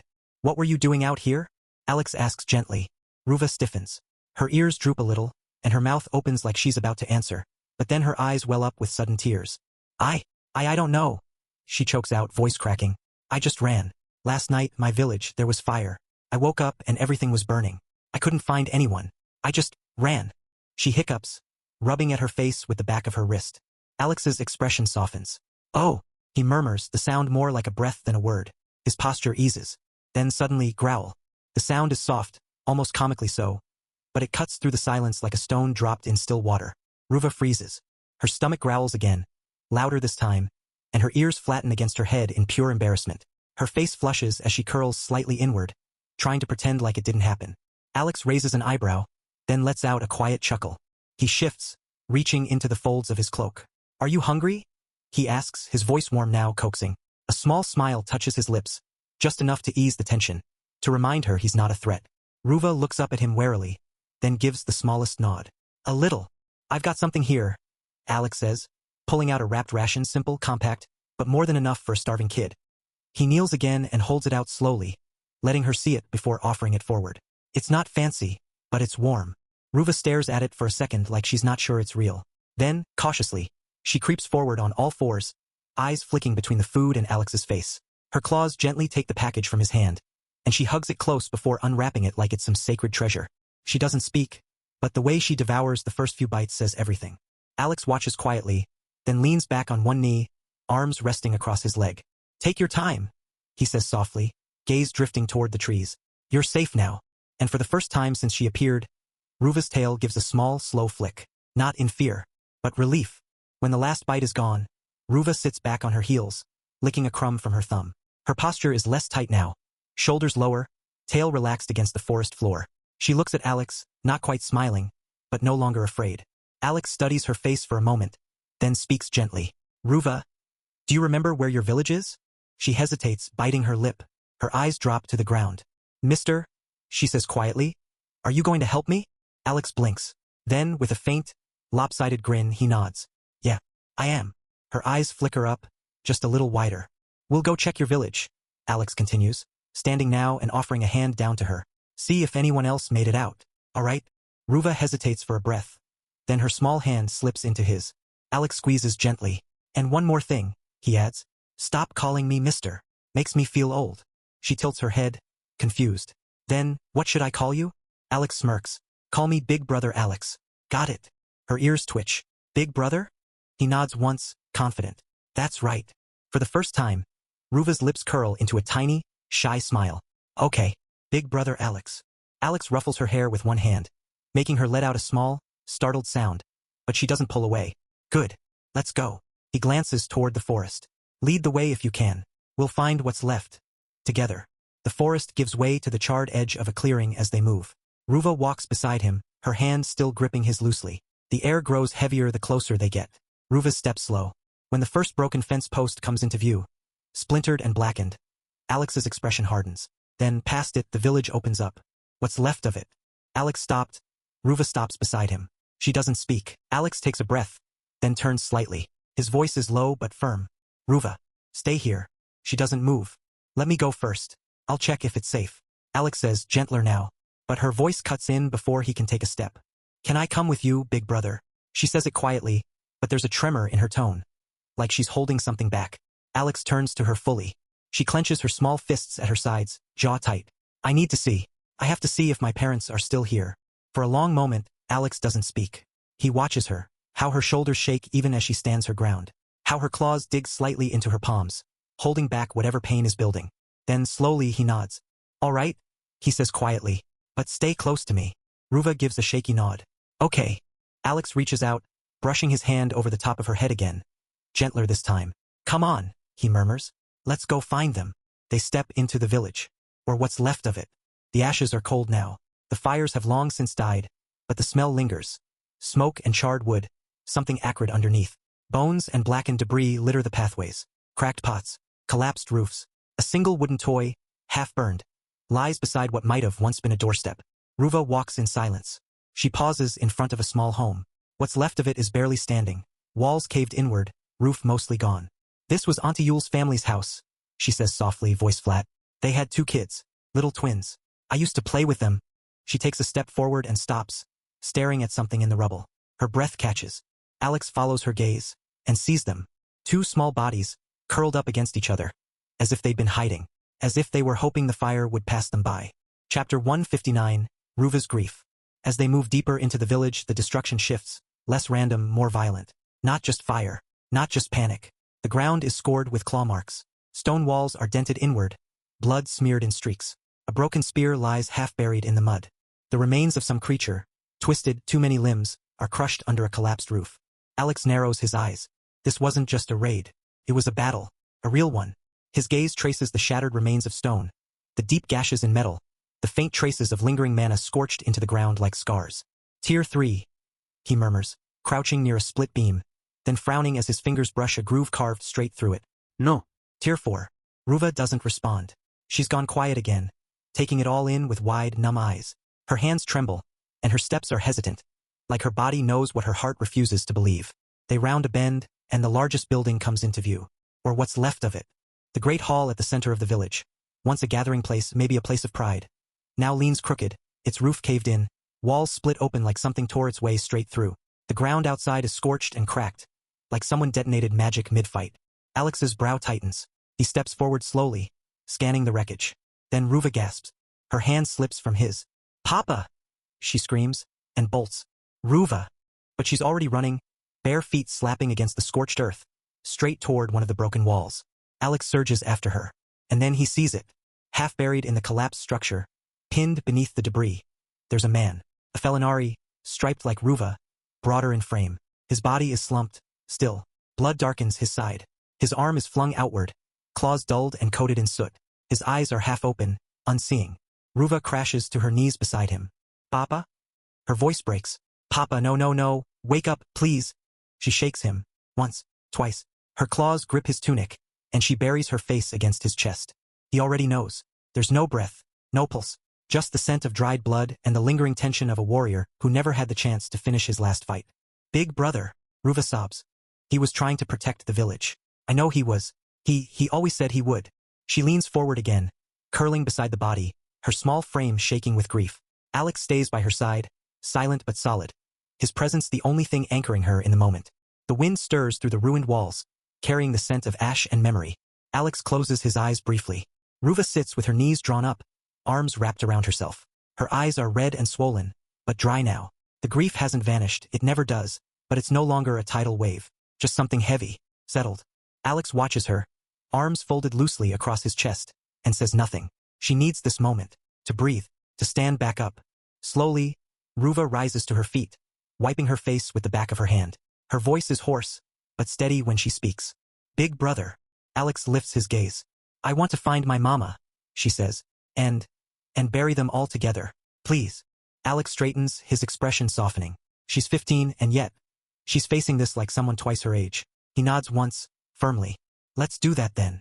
Ruva blinks, surprised by how fast he agreed. No one should be left alone, Alex adds. And your dad would want that, wouldn't he? Alex walks over and places a hand on her shoulder. Lead the way, Ruva. I'll be right behind you. She looks up at him, then turns toward the rest of the ruins, scanning what remains of the village. Her eyes settle on a smaller path, partially blocked by debris. She always liked to sit near the old garden, Ruva says quietly. She said the flowers made the food taste better when she cooked. Then we start there, Alex replies. Let's bring her home. The old garden is barely recognizable. Most of the herbs have been scorched to ash, and the fence is shattered. But the stones are still there, the path. And by one of the overturned benches, they find her. Ruva doesn't scream this time. She just drops to her knees beside the still form, brushing soot and debris from her mother's fur. There's blood, dried around the edge of her clothes, and the peacefulness on her face only makes it worse. She must have been trying to get to the shelter, Ruva murmurs, voice tight. Alex kneels beside her and lowers his head for a moment of silence. Then he rises and raises a hand. Soft blue light begins to glow at his fingertips.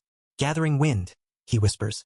The wind stirs, swirling with purpose. It moves like a current through the ruins, sweeping gently through the village. Ash and debris shift, then lift, clearing a path.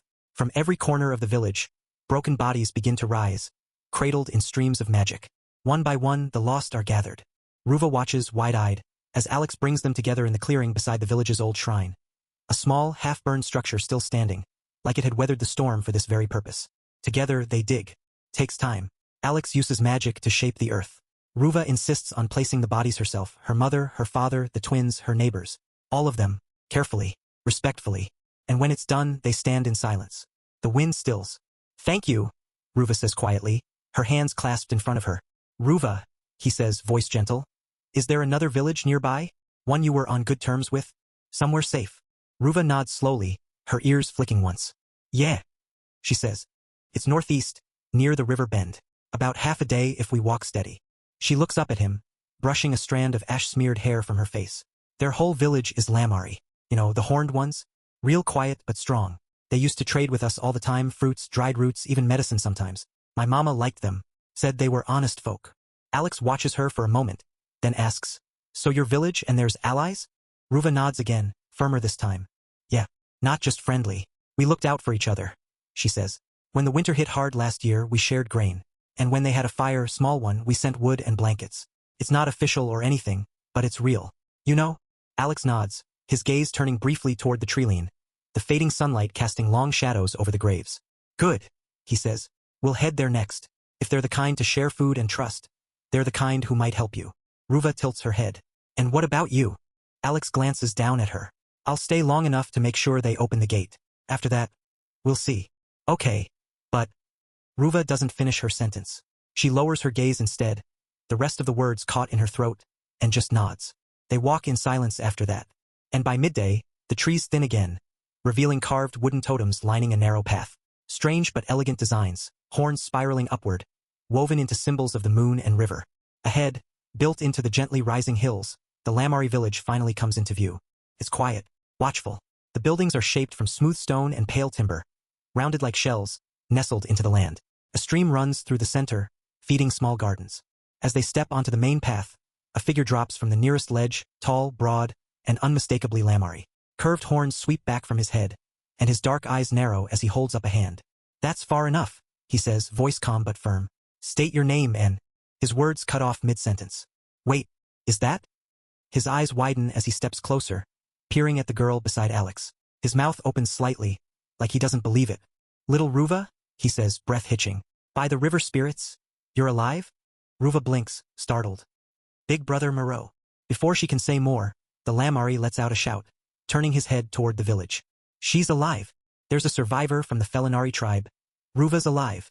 Voices rise in the distance. More Lamari begin to appear, some from the homes, others from the upper paths. All of them turn toward the sound, and when they see Ruva standing there, the quiet village erupts in movement. A pair of older Lamari rush down the path. One of them, an elder with moss-green robes and a carved walking staff, pushes forward. "Let them through," he says sharply. "That girl has seen fire and ruin. We welcome her, as we did before." Moreau nods and steps aside, his expression still stunned. "Of course, elder. Sorry." Ruva clutches the edge of Alex's cloak. The village welcomes them in silence and warmth. No loud cheers, no questions.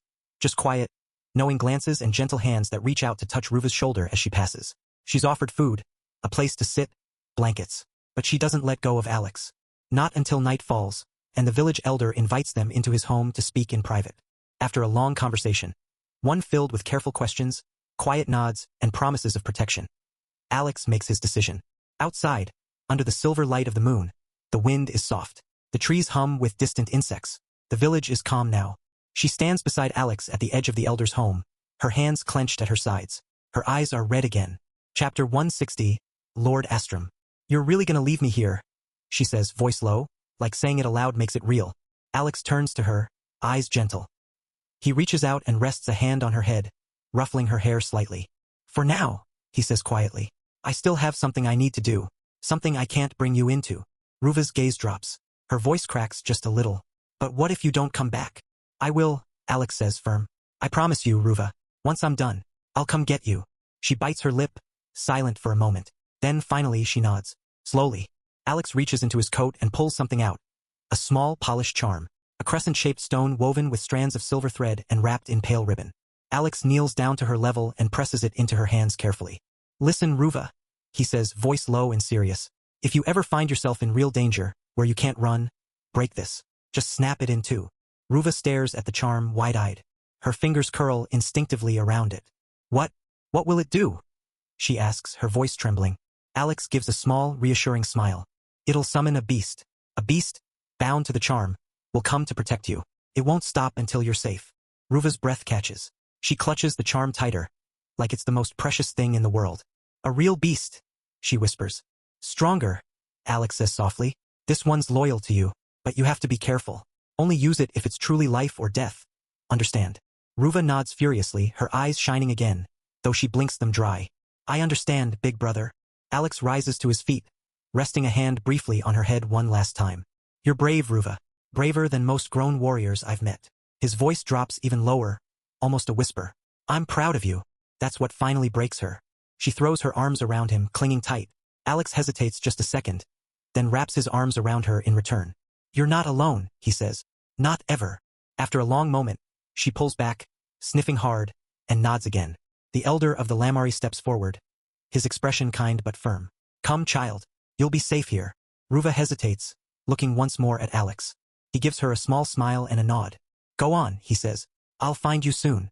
With one last look, Ruva turns and walks toward the village elder. The Lamari close around her like a protective wall, guiding her inside. Alex watches until she disappears from sight.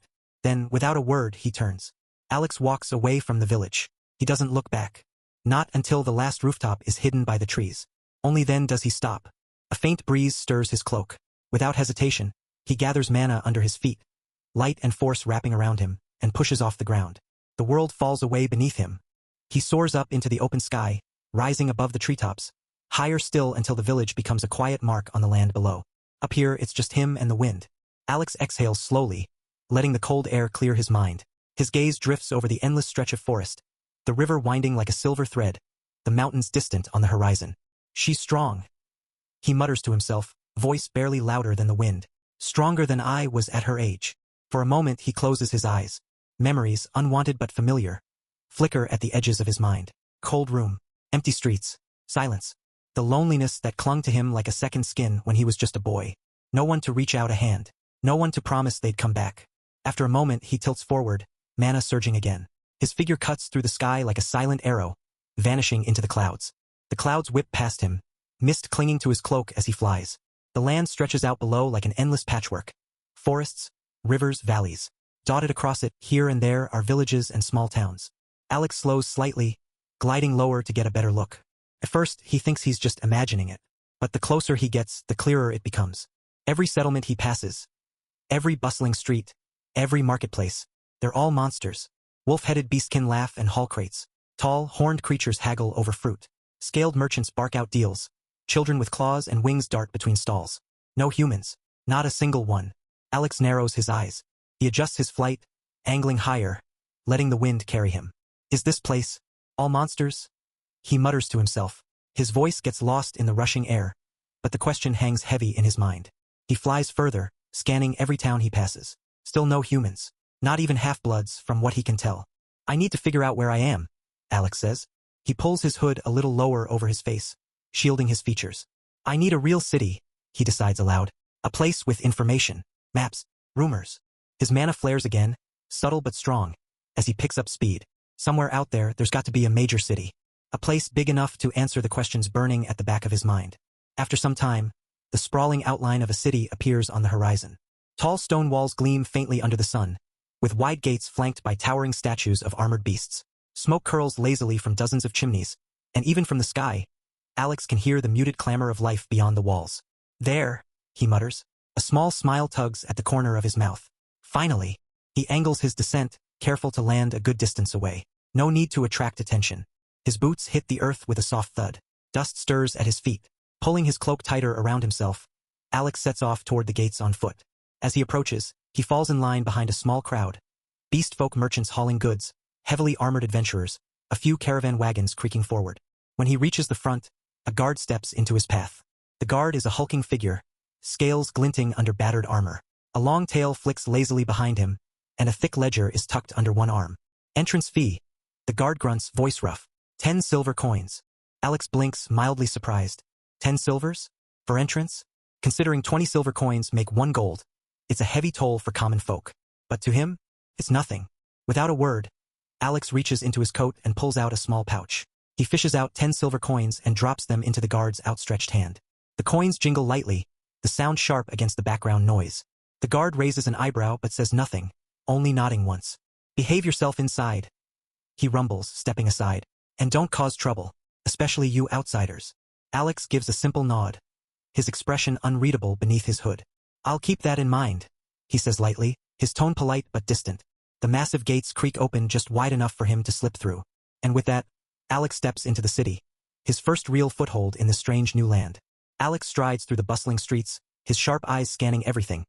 The towering stone buildings, the market stalls crammed with strange goods, the mix of monsterfolk going about their day. If I want to get information quickly, he thinks the Adventurers Guild is my best bet.